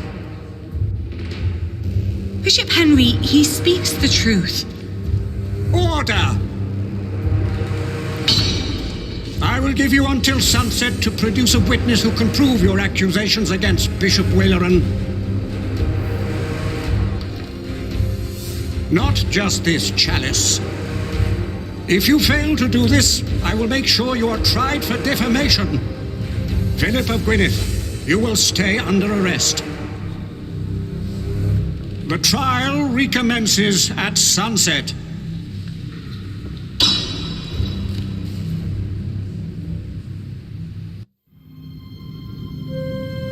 We need a witness. What are you doing there? I've seen you draw up plans for a cathedral. Maybe we can do something similar to find our witness. Let's see. Your father. He looks just like you. My grandmother said he did. And Bishop Waleran. What are the connections? Maybe, by exploring them, we can find a witness. Good idea. Jack's father. If he was still with us, he could be our witness. Maybe he still can. Mother says Waleran was behind my father's death. And she said he wasn't alone. There were 3 men responsible for your father's death. Bishop Waleran, Percy Hamley, back then he was the Sheriff of Shiring, and Prior James of Kingsbridge. If they were all there, then they were all witnesses. And only Waleran's still alive. Hardly a coincidence. Why would these 3 men work together to falsely accuse your father? He was on the White Ship. No one survived that night. No one lived to tell the story.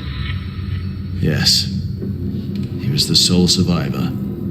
And then they killed him. But why?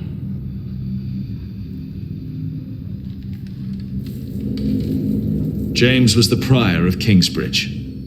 That's where they say your father stole the chalice, melted it and sold it. But we know that's not true. As we found it, Philip recognized the chalice. But Bishop Henry wants a witness. The chalice isn't enough. But it's an important lead for us. I think we're getting closer.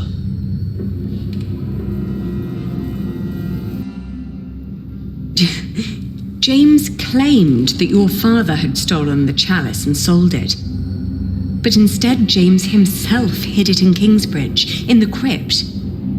We found his scourge in a bed down there. That secret chamber is important. We're close.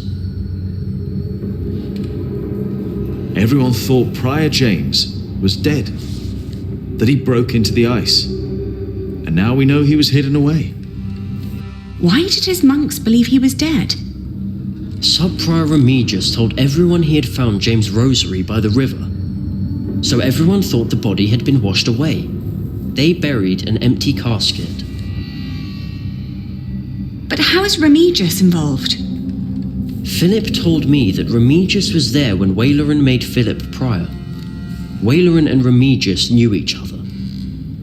That explains why Waleran later made Remigius prior of Shiring.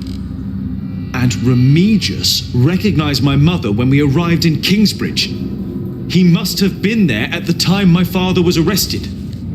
I think Remigius knows all about this. Is it possible that Waleran told Remigius to make Prior James disappear when James began to talk about what they'd done? When James started talking to the devil. But for some reason, Remigius hid him away. But Waleran never knew. Yes, that explains why he really didn't believe you. When you said you had seen James in the fire. Where James died after all. And Remigius thought no one knew. We have to find Remigius. He's our witness. Let's hurry. It's getting dark already. The trial will continue soon.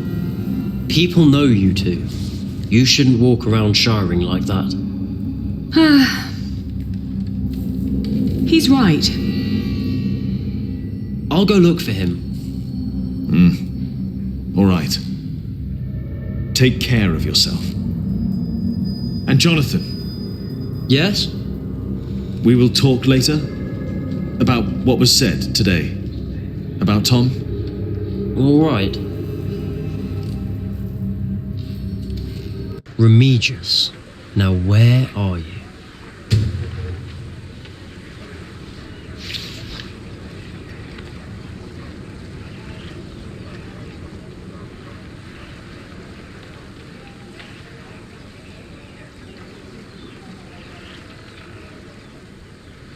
No one may approach the pyre. Why not? Bishop Henry's orders. All right.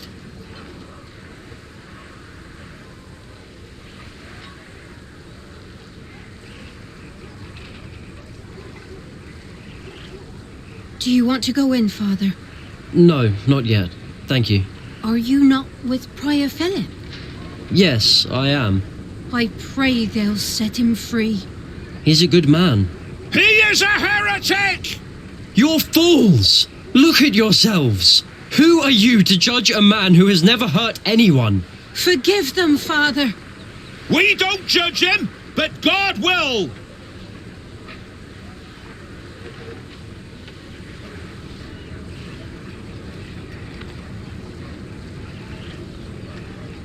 Remigius?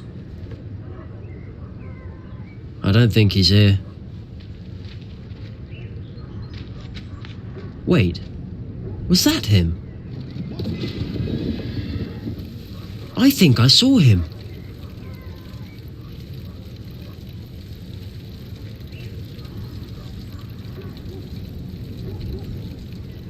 Have you seen a priest walk through here?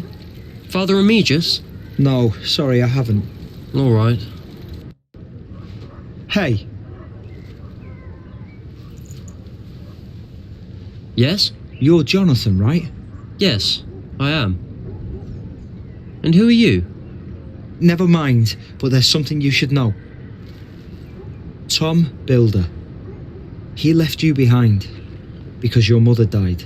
He had no way to feed you. He thought he had no other choice. How do you know all this? He went looking for you an hour later, but you were gone. And when he finally found you in Kingsbridge, he was there for you ever since. But he thought he'd lost the right to be your father. Just who are you? Just remember what I said. I pray they won't burn Philip. He's a good man. Can we go home, Daddy? Yes. Let's go home.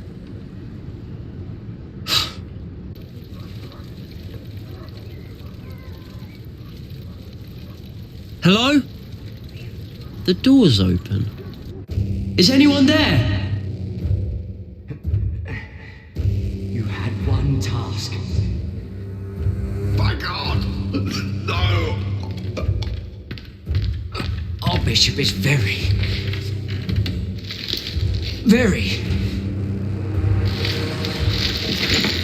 displeased. No! What are you doing? I'm doing what is asked of me.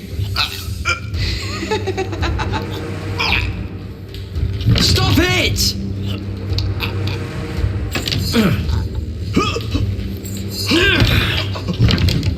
No! Stay away! This does not concern you! No! Who told you to do this? No one!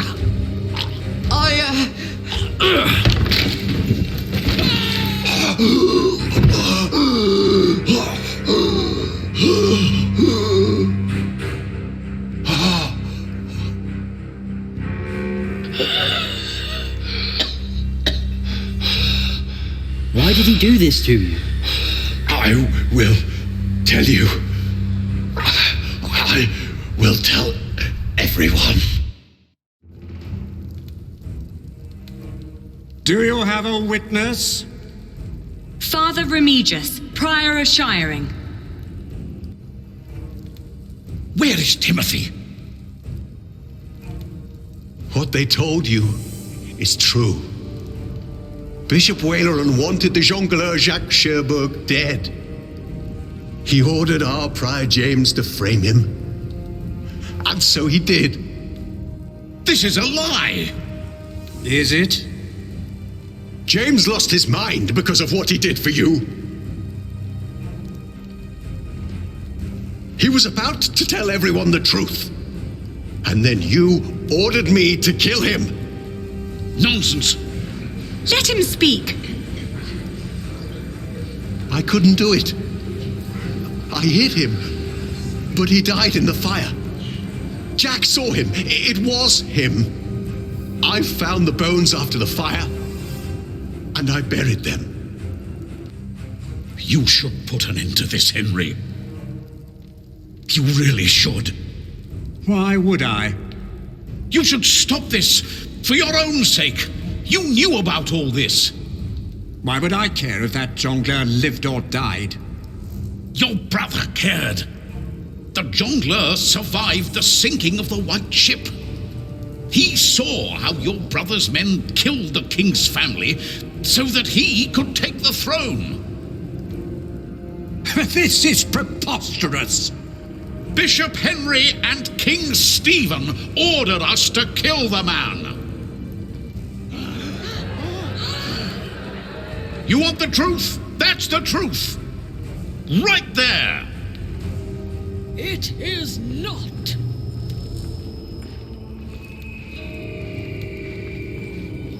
Waleran is a liar.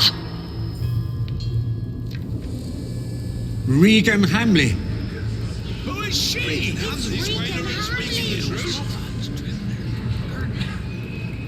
I have waited long enough for this day. It is time I raise my voice. The woman, Ellen, she spoke the truth. 3 men were responsible for the death of the jongleur. James, the prior of Kingsbridge. The sheriff, my husband, Percy Hamley. But it was Waleran who was behind it. And only Waleran. No! He had heard rumors about the White Ship, about our king. He had hoped to win the king's favor by hanging an innocent man. But it was not just me. They all knew. Take him away.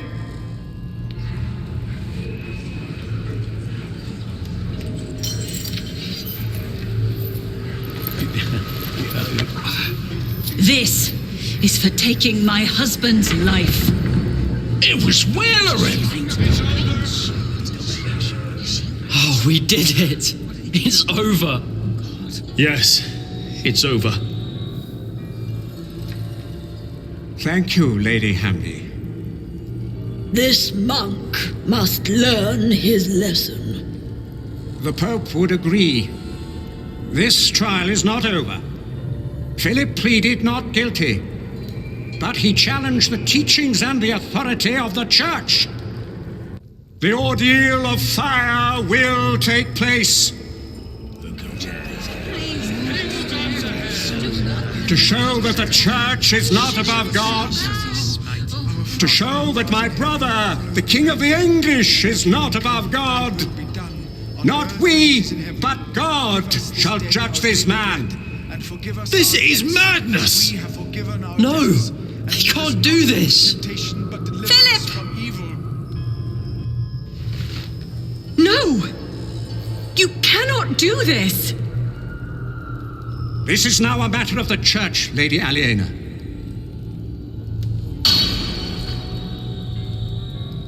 My brother, the King, and I accepted the traitor Waleran into our midst. We were fools and sinners, even if we did not know.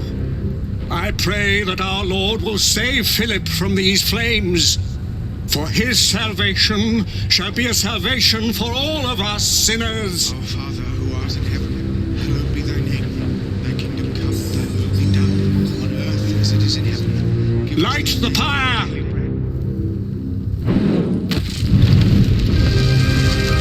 My God, there must be something we can do! Stop this madness!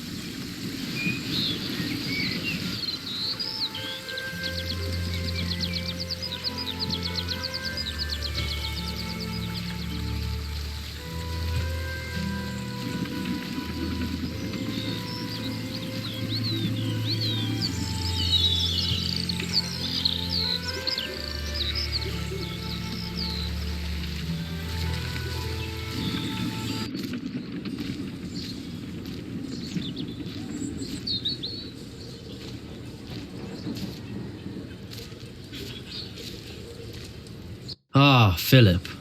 It is so good to see you, Jonathan. Tell me, how are things at St. John in the Forest? Francis is well. That is wonderful. Yes, he enjoys the life there. You look worried, Jonathan. Well, you have a visitor. He just arrived. Is that not a good thing, Jonathan? Who is it? That is just it. I wasn't sure if you wanted to see him.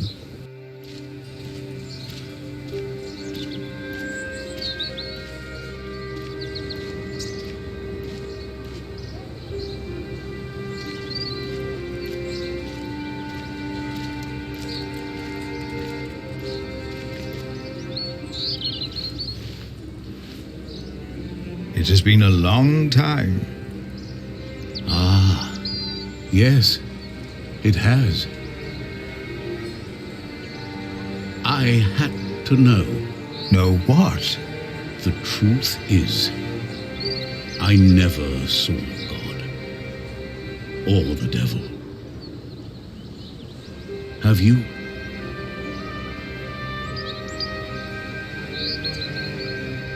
Oh Lord, deliver us from evil. Our Father, who art in heaven, My God, hallowed be there thy must name. be something we can Thy do. kingdom come, Stop this thy will be done on earth as it is Are in you heaven. blind? Do you not know that a fire will burn any man, no matter who he is? Why are you doing this? After Wayleran's words, there is doubt in their hearts about my motives, about my brothers. No words can erase that doubt, but God can. Our Lord is a cleansing fire.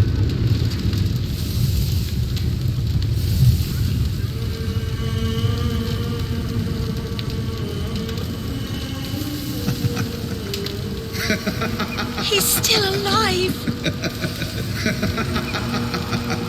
It's a miracle. He is among us. God is here.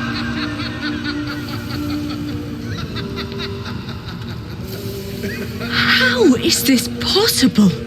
It's all a matter of perspective. We have to stop this! No, Jack. Come. My God. No, but that's what they see. That's what they believe. The water. It's dousing the flames. It's a trick. To them, it's a miracle. The justice of our church. I believe Philip understands that now. His book will be destroyed. If you or your friends ever mention the White Ship again, I promise you will take Prior Philip's place, and God will not be as forgiving. Their faith in you and your church is restored. I say it was worth sparing that monk's life.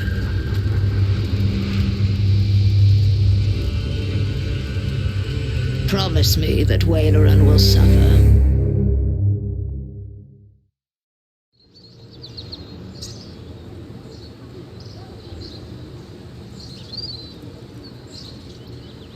Philip? Yes? Did you see God? Did he save you that night?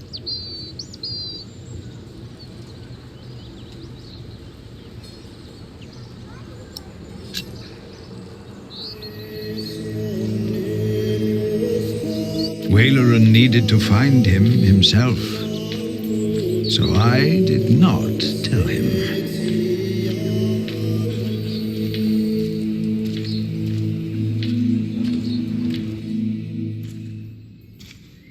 Philip is back. Philip! Philip! We're glad you're back. Did you walk all the way again? Just part of it. Old fool. Ellen stayed in Kingsbridge, together with Tom. I thought I had lost God, that he did not watch over us. But now I see him every day. He is in the good we do, in how we show our love.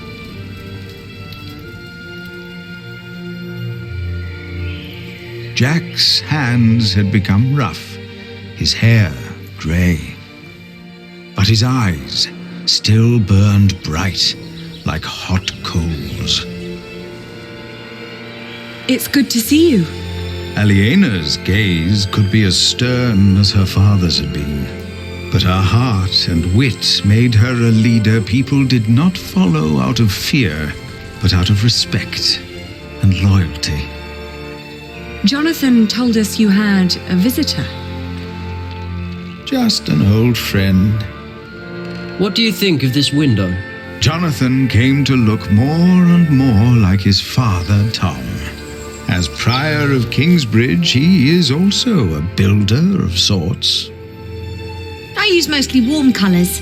What good are the large windows if it feels cold? Sally is as stubborn and as gifted as her parents. It is her stained glass windows the light is falling through. She has children of her own now. And I'd like to show you the plans for the new cloister. Tommy will be the next master builder and is as silent as his grandfather was. Once I heard him admonish his father to be more serious at work. Jack only smiled. He knew Tommy was right. Martha stayed in Kingsbridge as well. She was always there for every one of us. Is the judge done now? I don't know. Why don't you ask him yourself? Is the judge done now? It will never be done.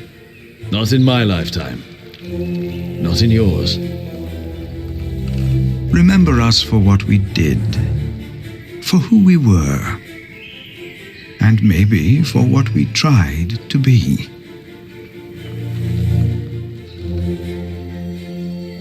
And when you turn your eyes to our cathedral, maybe you will see yourself.